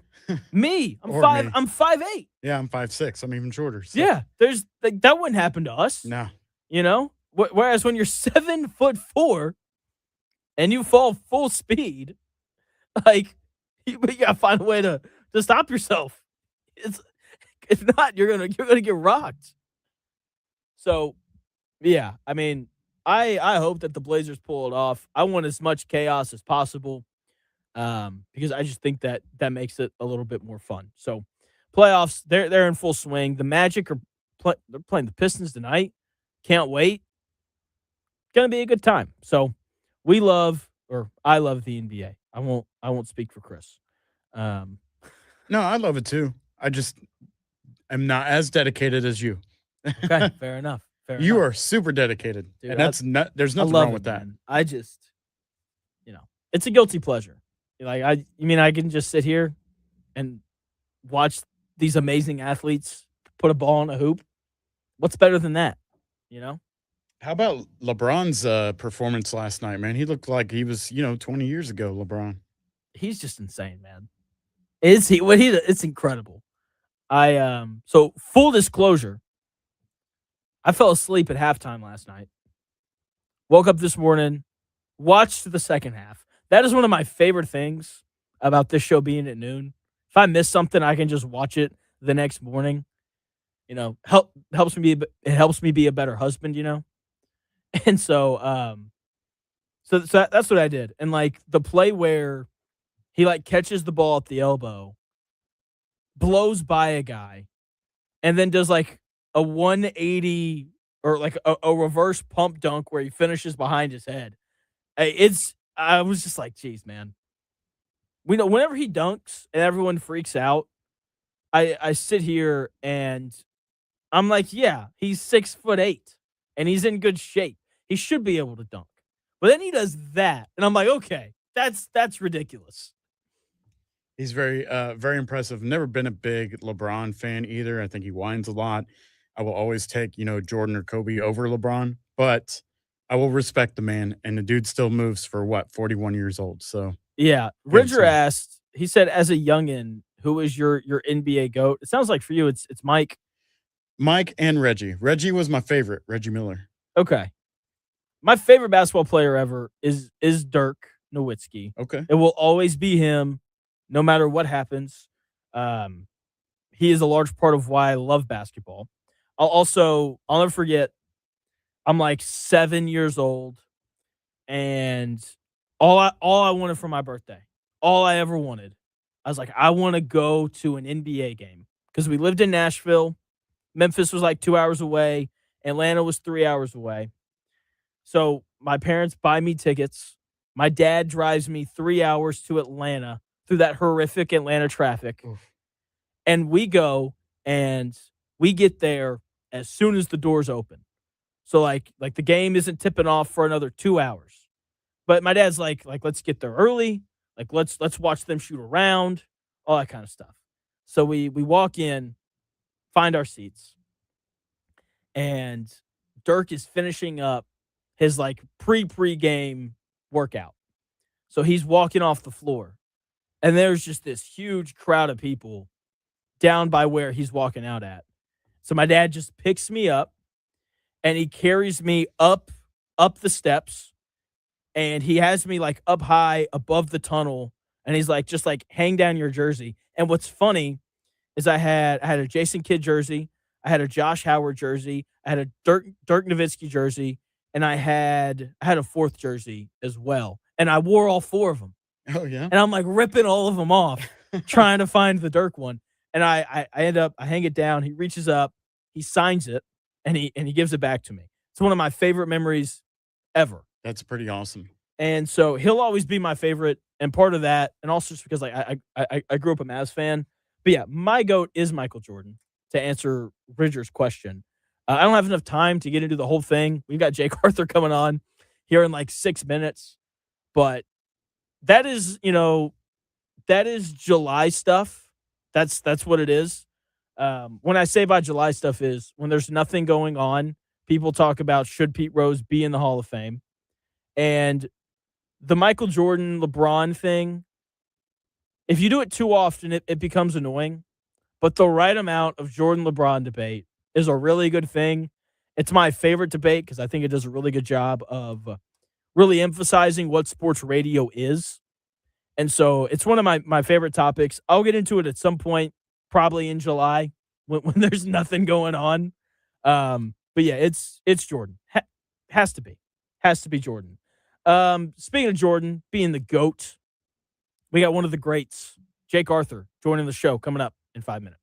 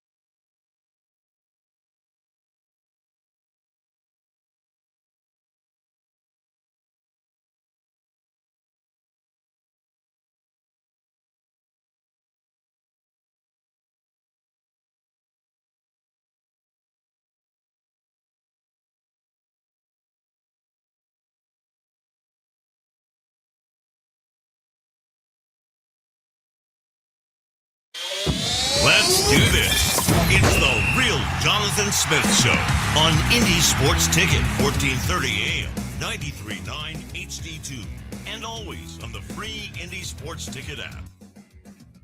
Hour number 3 of the Real Jonathan Smith Show getting underway. Thanks for tuning into the show, no matter how you're tuning in. YouTube, Indy Sports Ticket, X__Jonathan Smith, the Indy Sports Ticket app, or 1430 AM. No matter how you're tuning in, it is greatly appreciated. Joining us now, Jake Arthur from Locked On Colts. You can also read his stuff at coltsroundtable.io. Coming to us from the Colts-themed nursery. That's right. Better than his counterpart, Zach Hicks, who came to us from his bathroom floor last time. Shout out to Chris for that one. I love the comments on Zach's backdrop. Dude, he came on, and I asked him about his backdrop, and my producer, Chris, immediately was like, it looks like you're coming to us from your bathroom floor. Like, I was like, is he laying on the floor? What's happening? Yeah, no, he gets that a lot. I think it's great. All right, Jake. So before we jump into the draft and those kinds of things, someone asked me, we were talking a little bit of basketball. Someone was asking me about like my favorite players ever and those kind of things. And so I was talking about how Dirk will always be my favorite player ever, because when I was 7 years old, I got his autograph, and the whole story is pretty cool. Do you have anyone like that? Do you have a story like that that'll just always kind of stick with you?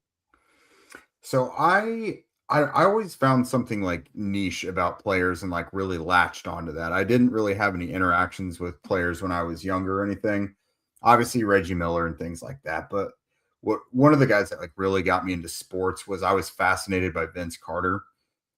When I was younger, I used to like draw my own like magazines and stuff like that.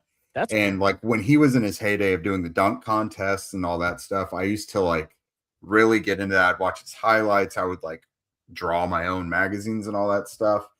But yeah, I would say someone like Vince Carter, that's not from like the Colts sphere. Is definitely someone who's partially responsible for my sports fandom. And then there's a few like college football quarterbacks that I was just like needlessly obsessed with at the time. Jake Locker? No. So Colt Brennan is like forever in my Mount Rushmore of like favorite athletes of all time from Hawaii. And then Andre Woodson from Kentucky of that like similar era. Yeah. Those guys are like, they really got me interested in football. Okay. Yeah, totally fair. Joined by Jake Arthur from Locked On Colts. You can also read his stuff over at coltsroundtable.io. We are going to talk Colts draft. So every year before the NFL regular season starts and before the draft, I do 3 big takes that like borderline on hot takes. Do you have anything like that for this year that you think might happen that'll kind of take people by surprise? Ooh, good question. Man, when it comes to the Colts, man, I would say it may not take the playoffs to save Chris Ballard and Shane Steichen's jobs again. Really? I mean, I just think there's so much context that goes into it. I mean, we just saw this year, for example, like Carly didn't put the entire body of work up under the microscope to make her decision. She did it based on basically the tale of two halves of the season. I just think now vibes are going to be low if they don't make the playoffs, but I just think there's so much context in how things look at the end of the season. But I would say I don't think it's like just a foregone conclusion that it's playoffs or bust. I think it totally depends on how things look, you know? Yeah, I am. I wonder if we have a reverse case of last year where I talked about this a little bit. When you look at Aaron Rodgers and Kirk Cousins, the year coming off of their Achilles tears, not great. Daniel Jones, if he starts week 1, he'll be about 9 months removed from the surgery.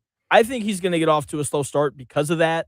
Yeah. Especially with how the Colts like to run their offense. Like when you look at Kirk Cousins and Aaron Rodgers, their ability to operate from under center and do play action was definitely impacted. You know, about a year coming off of the surgery, and that's obviously a really important part of the Colts in their offense. And so I wonder if there's like a slow start, but then to close the year they go like 6-3, maybe they missed the playoffs because of that slow start. You think something like that would lead to them keeping their jobs? Is that kind of what you're saying? I think that's I think that's kind of the direction it would have to go. Like a slow start where they just come up short in the end, like 2023, for example. But yeah, I mean they need to figure things out of like how it's going to look with Daniel, especially if I don't know, let's say he doesn't get back until like the second or so week of training camp. Although I think that's too late. I think he'll probably be back sooner than that, if I'm being honest. But if they haven't seen enough of him on the field to like come together with like a real game plan of how to use him, and they start slow, and they're going to be relying on a lot of new faces, that's going to take a minute to get the chemistry down. If they finish like 9-8 or something, but they're like playing for their playoff lives in the final week, I do think that Carly would take that into consideration. Like, do the moves that Chris made in the offseason, did they hit? Like, did they hit, but like the team just fell short? Like, again, there's just so many layers to it. Now, did he do anything or sit on his hands for anything that causes them to fall through? Like, if Sauce Gardner doesn't pan out this year or something, if he's healthy but doesn't play well, or if he gets hurt again or whatever, and that costs them 2 first-round picks, like I think that's going to be a very consequential move. You know what I mean? I think there's a lot tied up in how Sauce performs this year. Yeah, the secondary as a whole, because if the defense is going to be good, Charvarius Ward as well has to stay healthy, which he's had 7 million concussions, and so we'll see if he can or not. I hope he can, because when he played last year, he was really good. But like the front seven, I have a lot of questions about before we get to the draft, because I'm sure that we'll get into that. Did Chris Ballard say anything at his press conference earlier in the week that piqued your interest? I don't think he said a lot of new things as far as like objectives for them go, but like the details of some of the positions they talked about. And I'll kind of wrap what Shane Steichen talked about yesterday into this as well. So I had my ears perked up at a couple things, like when he was talking edge rushers and linebackers, and then I asked Shane about receivers. So Chris discussed what they look for like in edge rushers. He talked about how Lou Anarumo really likes guys with power and length. But Chris really thinks they're missing a guy that's like a fastball off the edge, and they won't, they're not going to compromise on either one. They'll just kind of take the guy that's maybe most appropriate.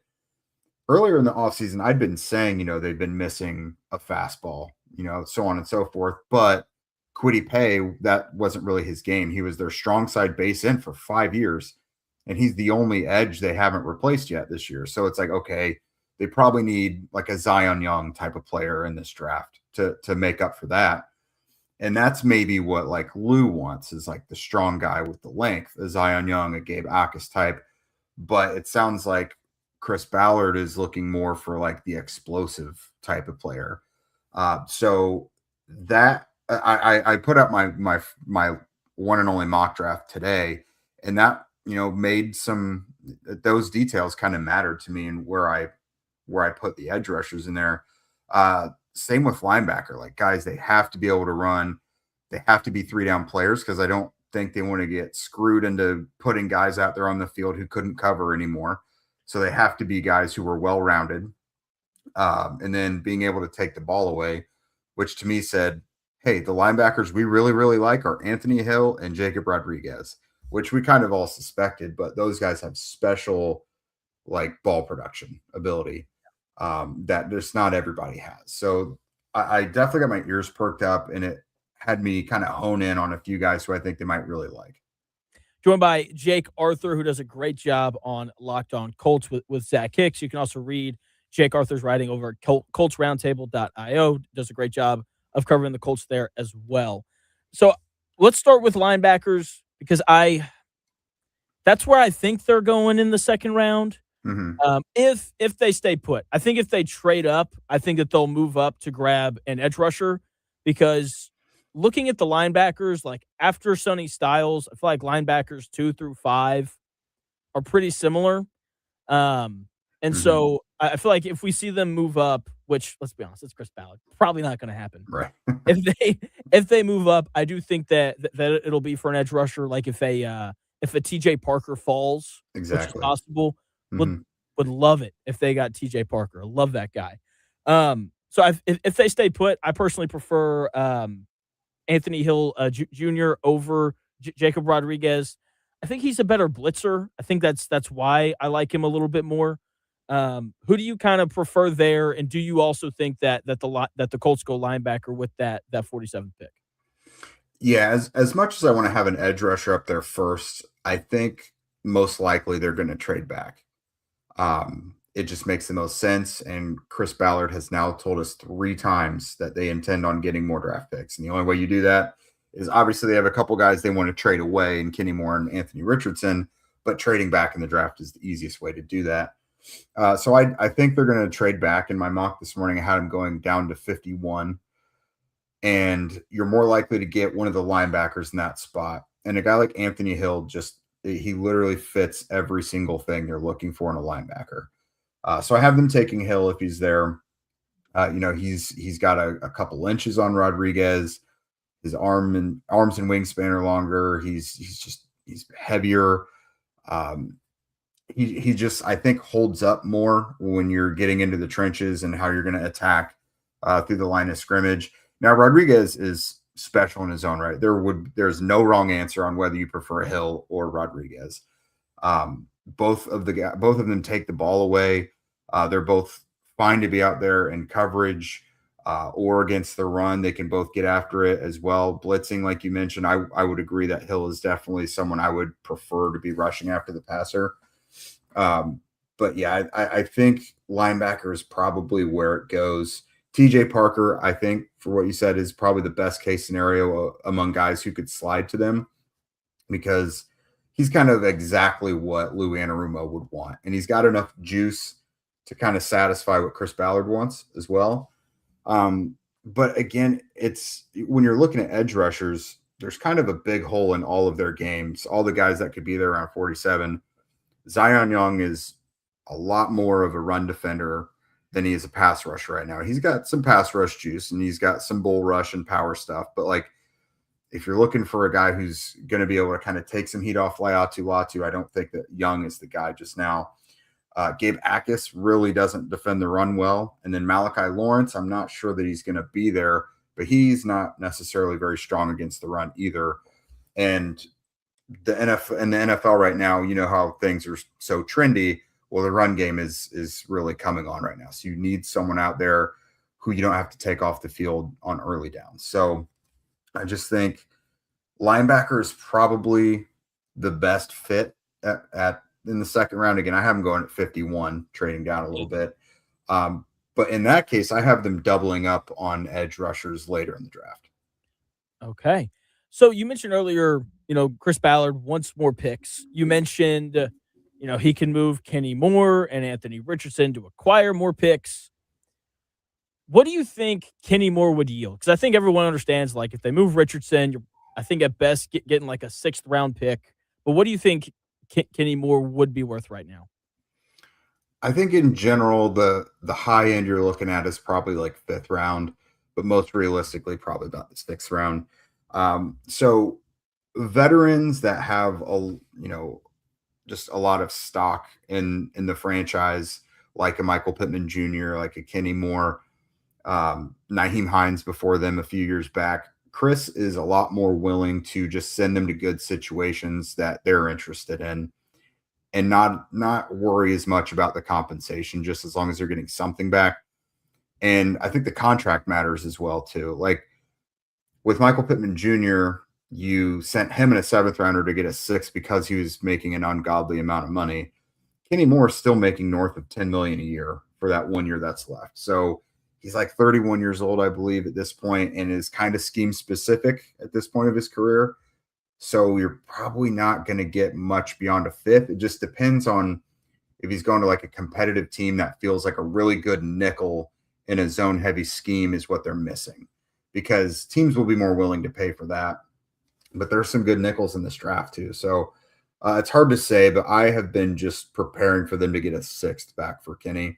And it could be something very similar where they send Kenny in a seventh for a sixth rounder or something like that. But I think the compensation will not be far off from what they got for Pittman. Joined by Jake Arthur, who does a great job on Locked On Colts. You can read his stuff over at coltsroundtable.io as well. Do you have them drafting a corner in this year with Kenny Moore being off the roster here at some point? Probably, just because Chris Ballard throughout his now decade in Indy, he has spent a lot of high-end draft capital on corners, and he's pretty much taken a corner every year.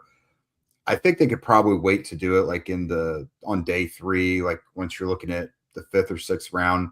There are some guys out there that fit really well with what Lou Anarumo likes, which is basically height, weight, speed corners. If you're ever wondering what kind of corner he likes, and the transformation that we saw in the cornerback room last year, it's height, weight, speed. Justin Wally was an outlier because they fell in love with his football character and his like playmaking ability. But there's a handful of guys that fit pretty well. I've kind of circled in on Charles Demings from Stephen F. Austin as a guy that makes a lot of sense for them later in day 3. But I would be a little surprised if they didn't get a corner, just because, again, like you said, you have to account for Kenny Moore going out the door, because they basically said they'd be willing to release him or, give him latitude to find other avenues if they didn't trade him, which what else does that mean other than releasing him? But you got to be prepared for that. And they don't really have a backup nickel right now, because Justin Wally goes from being a boundary corner now to being in the slot, and you don't really have anyone feasible to back him up. If anyone who would be backing up would be pulled from a different position group, basically. Joined by Jake Arthur from Locked On Colts. So they're also looking at moving Anthony Richardson. One of my bigger takes from today for the draft, I think the Colts take a quarterback at some point. I hope it's Garrett Nussmeier. That's who I want it to be. We'll see if that ends up happening or not. I know that they hosted Nussmeier on a visit. They hosted Cole Payton as well from North Dakota State. What are your thoughts on them maybe going quarterback in like the 4th or 5th round? Yeah, I mean, it's not really been a secret that they've been digging into these guys. You mentioned Nussmeier and Payton. They're probably more mid-round guys, especially Nussmeier is really commonly mocked around the 3rd round. Payton not far behind him. They're kind of quarterback 3-4, quarterback 4-5, depending on who you're looking at. But they've really dug into the late round and UDFA guys. Luke Altmaier, they've had communication with him throughout the process from Illinois. Joe Fagnano from UConn, Baron Morton from Texas Tech, and Haynes King from Georgia Tech. So I think they very much intend on adding a quarterback, whether it's through undrafted free agency or with a 6th or 7th round pick. I think that's probably going to happen for a couple reasons. I mean, you have to be prepared to offload Anthony Richardson, but you also can upgrade over I always forget his name. But no, the QB3 that he was an undrafted guy last year. Bean? No, I cannot remember his name. It slips me every time, but he's behind Leonard. He was a UDFA out of Memphis last year, but they obviously can upgrade over him as well. So that's going to bug me now. Seth Hennigan. That's right. Yeah, I haven't had to say his name enough to remember it by now. But yeah, you can obviously upgrade over Seth Hennigan. You have to prepare for Anthony Richardson to go out the door. I do think they like Riley Leonard as QB2. Otherwise, if you weren't comfortable with handing him the reins while Jones was out, you probably would have gone and got a veteran by now to compete with him, or just outright be the guy in waiting behind Jones. So I think it's more going to be someone to be the new QB3 behind Leonard. And they can always just call Phillip Rivers again, Maybe, yeah. That line's always open. Last thing for you, Jake, and I will let you go. Who's the guy that, if the Colts took him, you would immediately be like, you know what? I don't care what they do the rest of the way. I really like this guy. Who's kind of that guy for you, the prospect that you really like? Okay, so,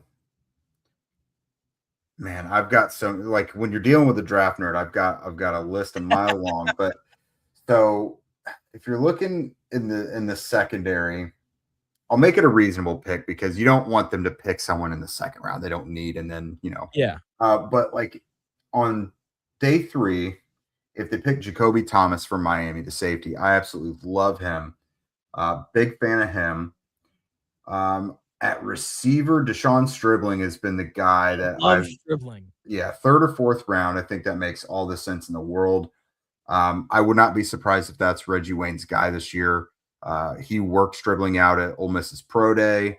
The Colts put something out today where it's like a bunch of the offensive coaches in meetings talking to players. We don't know who the player is, but one of them I am almost certain from context clues was Stribling.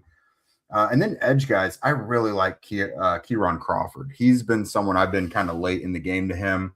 But him and George Gums are a couple of kind of mid round edge rushers that I really think could be good options for them. They've got all the traits in the world, and they've got enough power, I think, to actually translate, unlike some guys they've had before. But they kind of need to put it all together. They're both kind of young as football players. Okay. That makes sense. Jake, thanks so much for your time. Where can people find your mock draft at? Yep. So it is at coltsroundtable.io. You can just go to, you can Google Colts Roundtable. It's on there, but it's on all my social medias as well. That came out this morning, and yeah, some good feedback so far. I'm pretty glad. Last year, I think I did pretty well. I called the Tuamaloau picks, Riley Leonard, and Hunter Wooler. And I would have had Tyler Warren, but I thought he'd go to Chicago, not the kid from Michigan. So I swapped Loveland. those two. Yeah, Loveland. I had them going Loveland at 14, but it got all reversed on me. So I feel like I did pretty well last year. That's solid. That's much better than I would do. Jake, thanks so much for your time, man. Of course. Thanks for having me. You got it. See ya. That is Jake Arthur. You can listen to him over at Locked On Colts. Does a great job over there with Zach Hicks. You can read his stuff again at coltsroundtable.io. Again, just search for Colts Roundtable and it will pop up. We got more Colts stuff coming your way. It's just a Colts-filled show today. Sauce Gardner decided to open his mouth. Not really a fan of what he said. We'll have that audio for you in about 3 minutes. Golfers, listen up. Your ultimate golf adventure is here. The 2026 Indiana Golf Card is your ticket to 8 incredible rounds of golf for more than 80% off. Valued at over $300, you can get yours for just $60. The Indiana Golf Card covers your green fees at 8 different courses across central Indiana. Starting Friday at 9 a.m., go to indiesportsticket.com and click on the Sweet Deals tab to get your card before they're gone.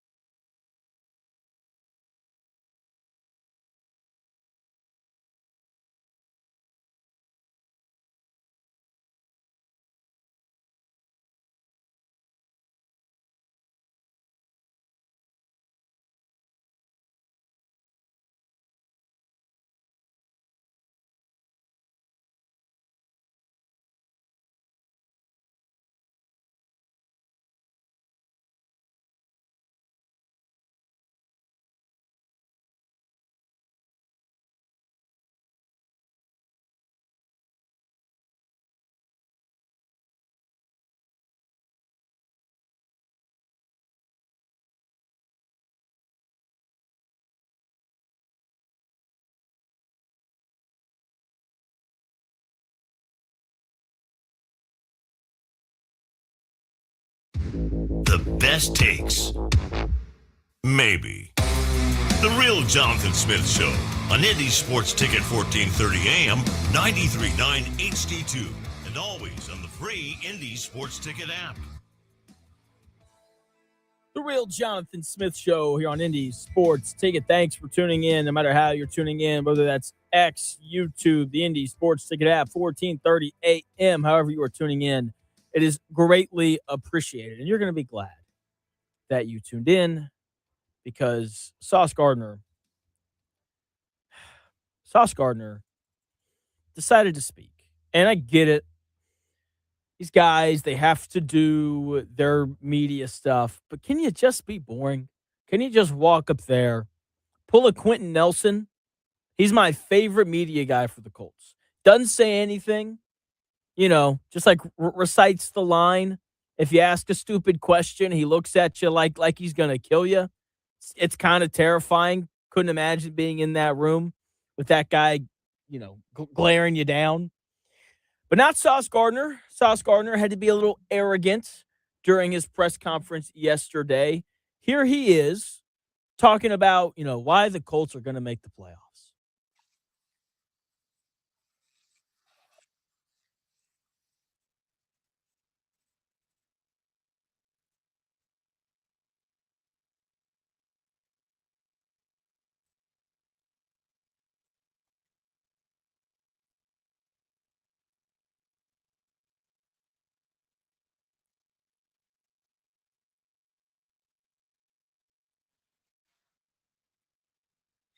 Sauce Gardner.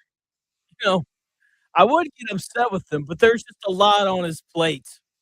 Him being Sauce Gardner, which is just a crazy thing to say.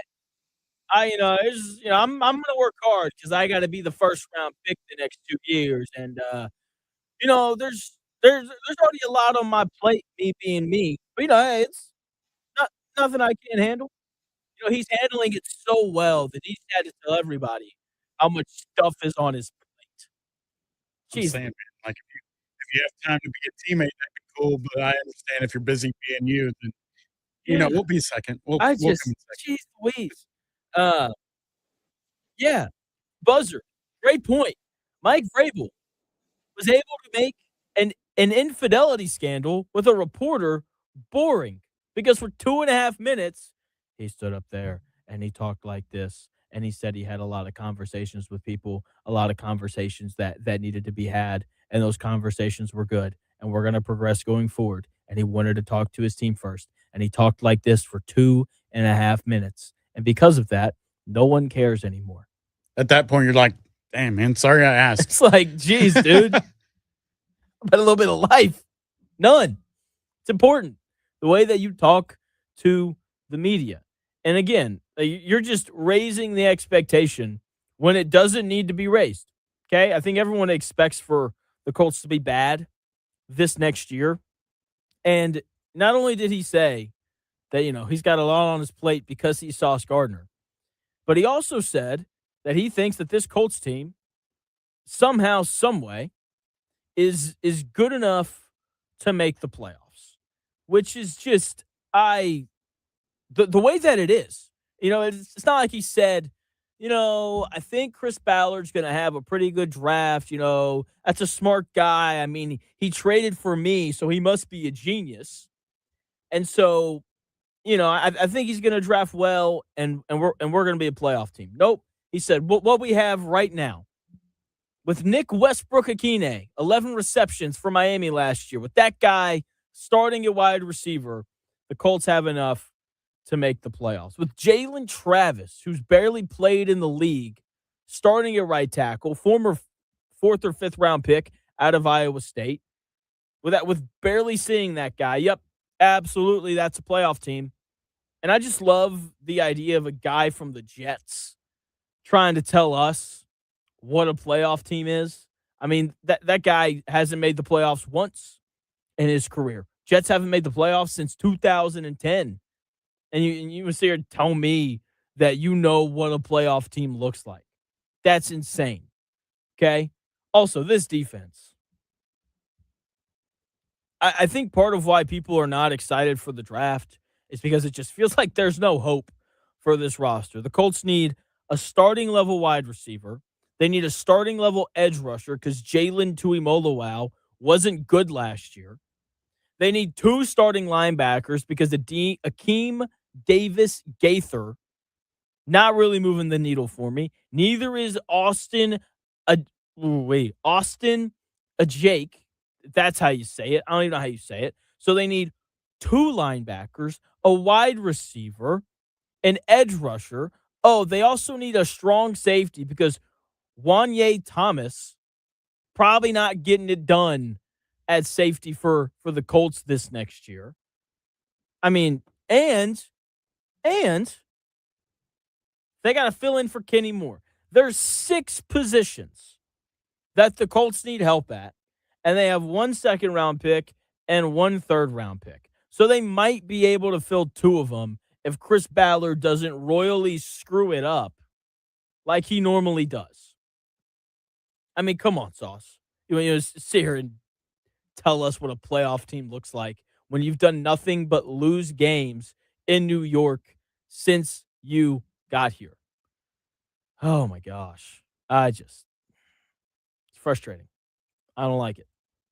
All right? Just walk up there, nod your head, smile, because to Sauce Gardner's credit, he's got a nice smile. Do that. Maybe make a joke or two. Everybody likes a guy who makes a good joke. I've never not liked a funny guy, you know? Just go up there, smile, wave, and then leave. Don't say anything dumb. Don't say anything crazy. I mean, geez Louise, man. This is not hard. It's not difficult to stand up there and say nothing. I mean, we've all presented school projects before, right? Where you walk up there and you just say the same 3 facts in a different way 4 times to fill 2 minutes. That way your teacher will smile and clap her hands and say, "Good job. Go sit down." That's all I need you to do. That's all that I need you to do, Sauce. All right? Don't tell us what a playoff team looks like because you've never been on one. You have no idea what a playoff team looks like. So no more Sauce Gardner, please. And thank you. Colts draft tomorrow. Maybe we'll see if they trade up. They probably won't. They're going to trade back. And, Chris Ballard will tell us how he's so glad he got the guy he wanted with the 47th pick, with the 49th pick. And he'll tell us how great a value the Colts got out of that. Sauce Gardner. Jeez Louise. Tomorrow, because it is the NFL draft day, Chris and I are going to do 3 different drafts, and we are open. Nice. I was ready for it that time. We're going to do 3 different drafts, one every hour, and we're going to do 3 different drafts, one every hour. We are open to suggestions on what we should draft. We're hoping to do like a sports-related one, an entertainment-related one, and then like a crazy random one that can be anything. So if you have ideas, you can tweet them at me, __ Jonathan Smith. You can also throw them in the YouTube chat as well. Yeah, they're not going to be NFL drafts. This is just random stuff drafts. So like, yeah. In case that confused you, like we're going to draft our favorite, I don't know, movies or something. You know what I mean? So if you have a subject, it's going to be off topic. We're just getting you into the mood for the draft environment. And these drafts are hopefully going to have a little bit more juice than what the NFL draft does this year, because it seems like no one is excited for it. So we are open to any and all ideas. 3 minutes from now, Colts fans, you are upsetting me because you're not using your full brain. Okay, Chris Ballard talked about releasing Kenny Moore. Colts fans are freaking out about it. It's not the end of the world. We'll talk about that in 3 minutes.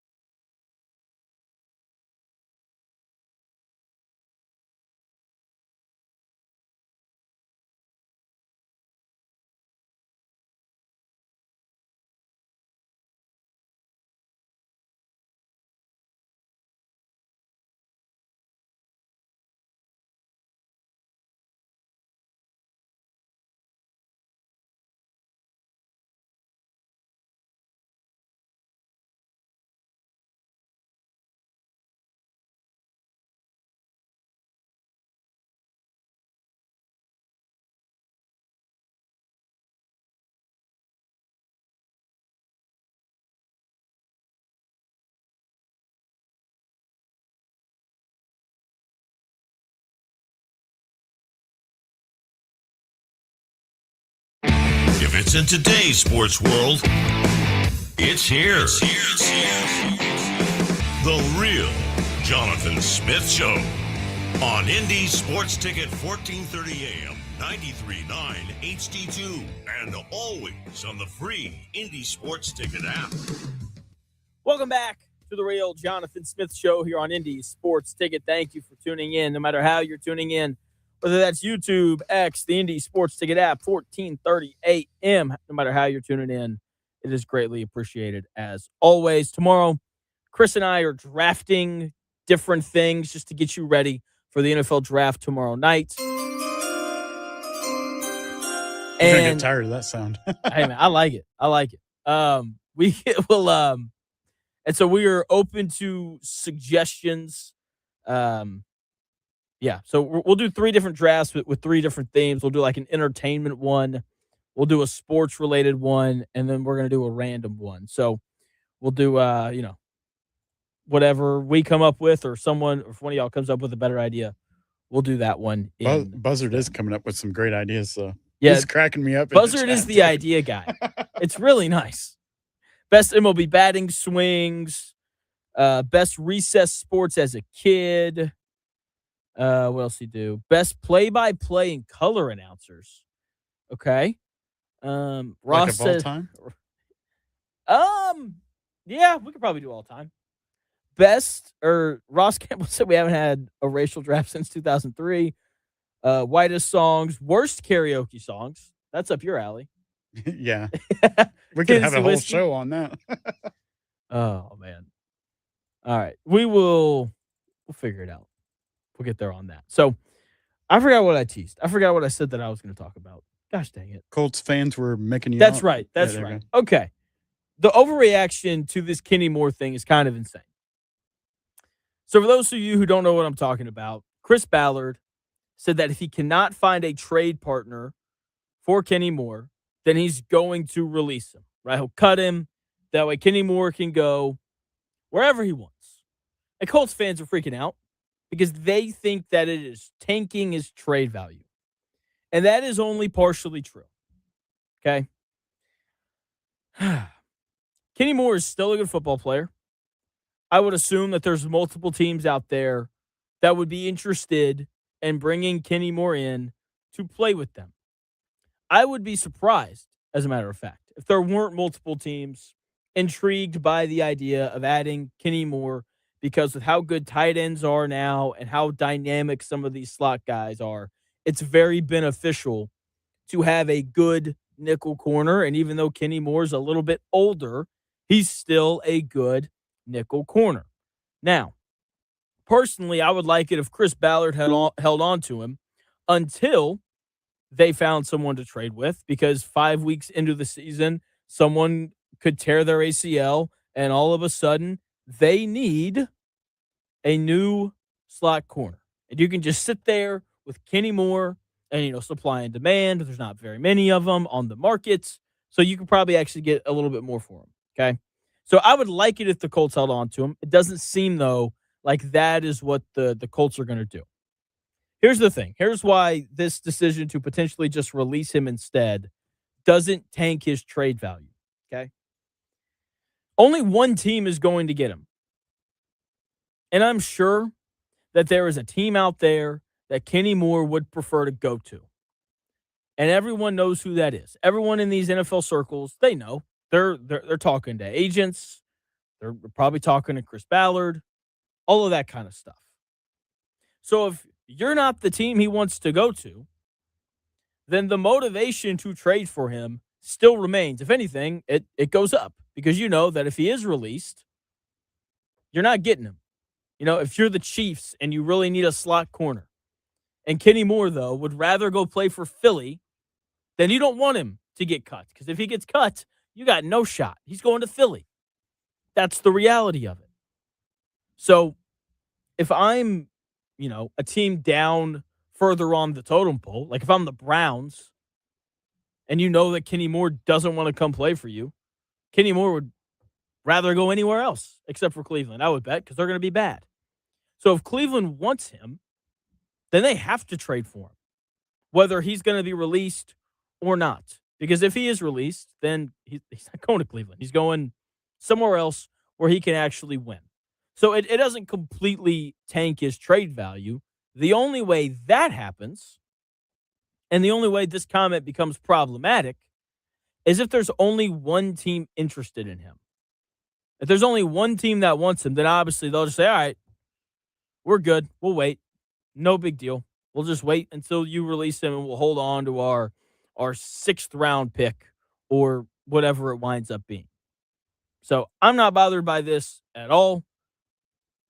I don't think that this comment was as costly as a lot of other Colts fans do. I saw this being discussed quite a bit yesterday. And, as someone who doesn't think like super highly of Chris Ballard, I do think that people are being a little bit harsh on this. Do you know what Indianapolis needs? We need a hockey team. Hey, hockey games look like so much fun. Yeah, I would agree with that.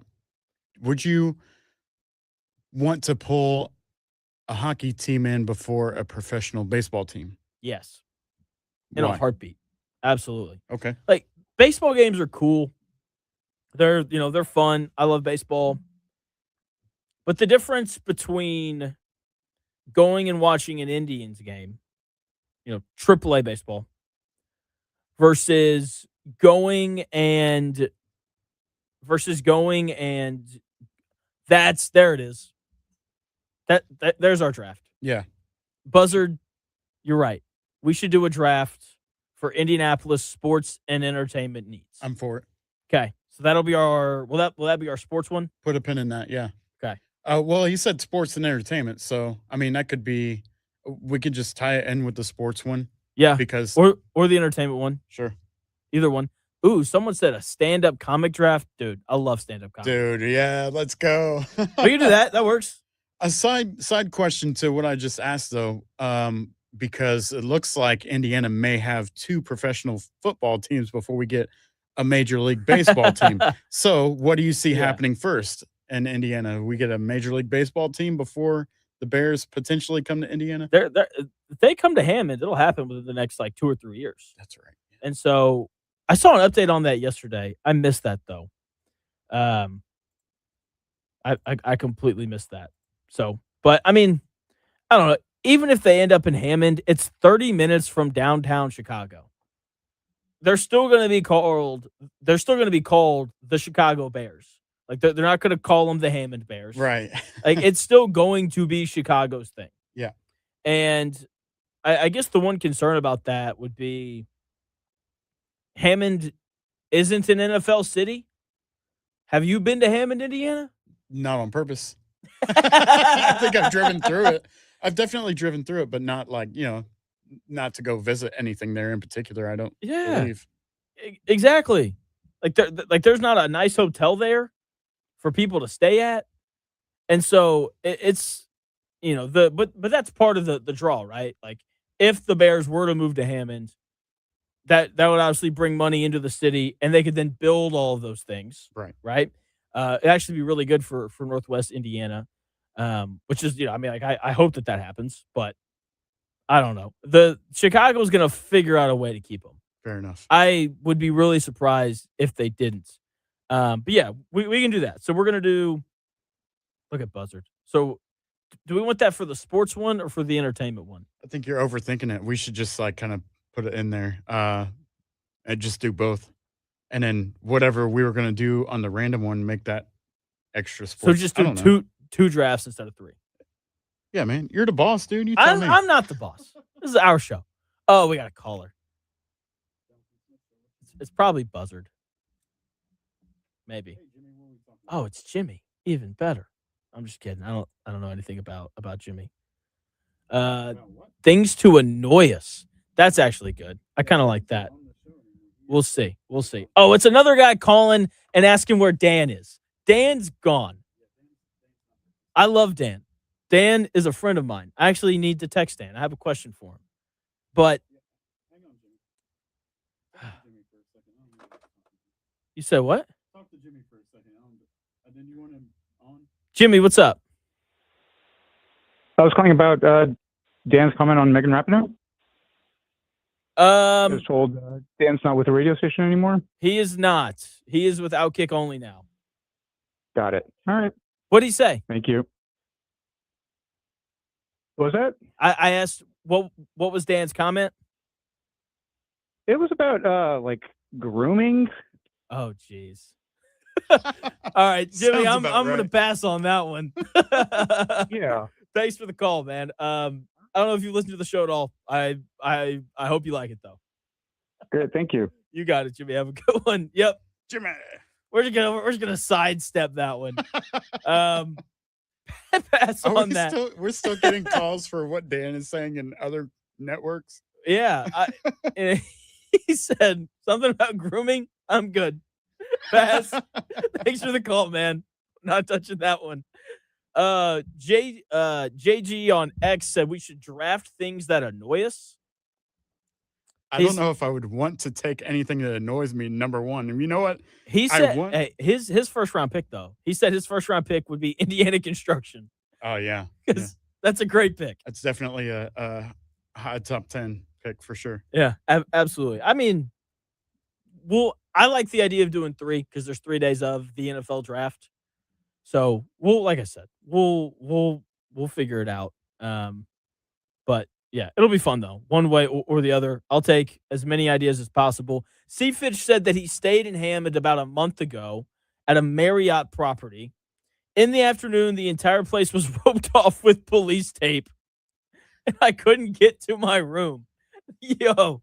See, I think sorry, Seafitch. Dude, Gritty suggested a Misfits draft, and that's stuff like that is probably why I would take Seafitch number 1 because he's just got all these crazy stories. But I know Gritty, you'd be definitely number 2, if not number 1, for sure. Buzzard said we should draft the most annoying things a wife can do. No, I'm not doing do that. I'll pass. Absolutely. No, we're doing that before. Maybe we'll come in early at like 11 and have a special draft only special. If you guys want to call in and draft, that's fine. I'm not touching that one. I love my wife way too much for that. Well, I've been divorced twice, so I can go for hours. What would be your first round pick? For what was the most annoying things a wife can do? What would be your first round pick? Assume that you're cheating on him.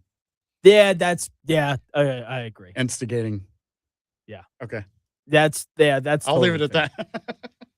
That's totally fair. You got it. That's a good first round pick. Yeah. Oh man. All right. We'll figure out the draft stuff. I should have been writing all these down. Good I meant stuff. to do that. That's okay though. But yeah, I'm excited for it. Like the draft is gonna be fun. Like I know no one's looking forward to it, but let's be honest. We're all gonna tune in, and someone's gonna get drafted, and then ESPN's gonna do a 10-minute sob story on them, and then we're all gonna love it because that's what every sports fan wants to hear. Not, hey, how is this guy gonna help my team win? It's gonna be no. This guy's great-great-great-great-grandmother died when he was 6 months old, and how that trauma has impacted his life since then. That's what the whole draft is. Excellent. This is, I think, one of my best ideas ever. ESPN should broadcast the draft on 2 different channels. And one should say NFL Draft, and the other one should say NFL Draft for Sickos. And the one that says NFL Draft for Sickos should just be nerds talking about nerdy things. Like this guy led the country in sacks last year. His ability to, get off the edge and go hard outside and spin back in. It's the best we've seen since Dwight Freeney. It's going to be his go-to pass rushing move when he's in the NFL. Have one channel like that, and then have another one where it's like, this terrible thing happened to this guy, and boo-hoo. That's deep, man. That's what they should do. I want them to do that. This is what's happening in the world of Jonathan Smith. Yeah, seriously. Multi draft channels. Yeah, seriously. I think it's a great idea because these guys are overcoming adversity, and some of the stories are like worth hearing. Like I'm sure that they'll do a whole thing on Fernando Mendoza and his family, and it'll be really nice, and it'll be like a cool thing to hear. But there's other times where they just make stuff a tragedy that's not a tragedy, and I don't want to hear that. I want to hear about, his route running skills. Right. Okay? That's the ratings part of it, though. You got to have some kind of side story to go along with your journey to get to draft day. You know that. You're right. You're exactly right. All right. What a way to close the show. Chris ending it on a high note. Great show today. Thank you to Jake for coming on earlier. Thank you to Chris for helping out as always. Thank you for the ideas on the drafts that we will do tomorrow. Destin Adams joins the show tomorrow at 1 o'clock. We'll talk about his final mock draft. We'll go through what he thinks the Colts are going to do, and it's going to be a great time. So make sure you're tuning in at noon.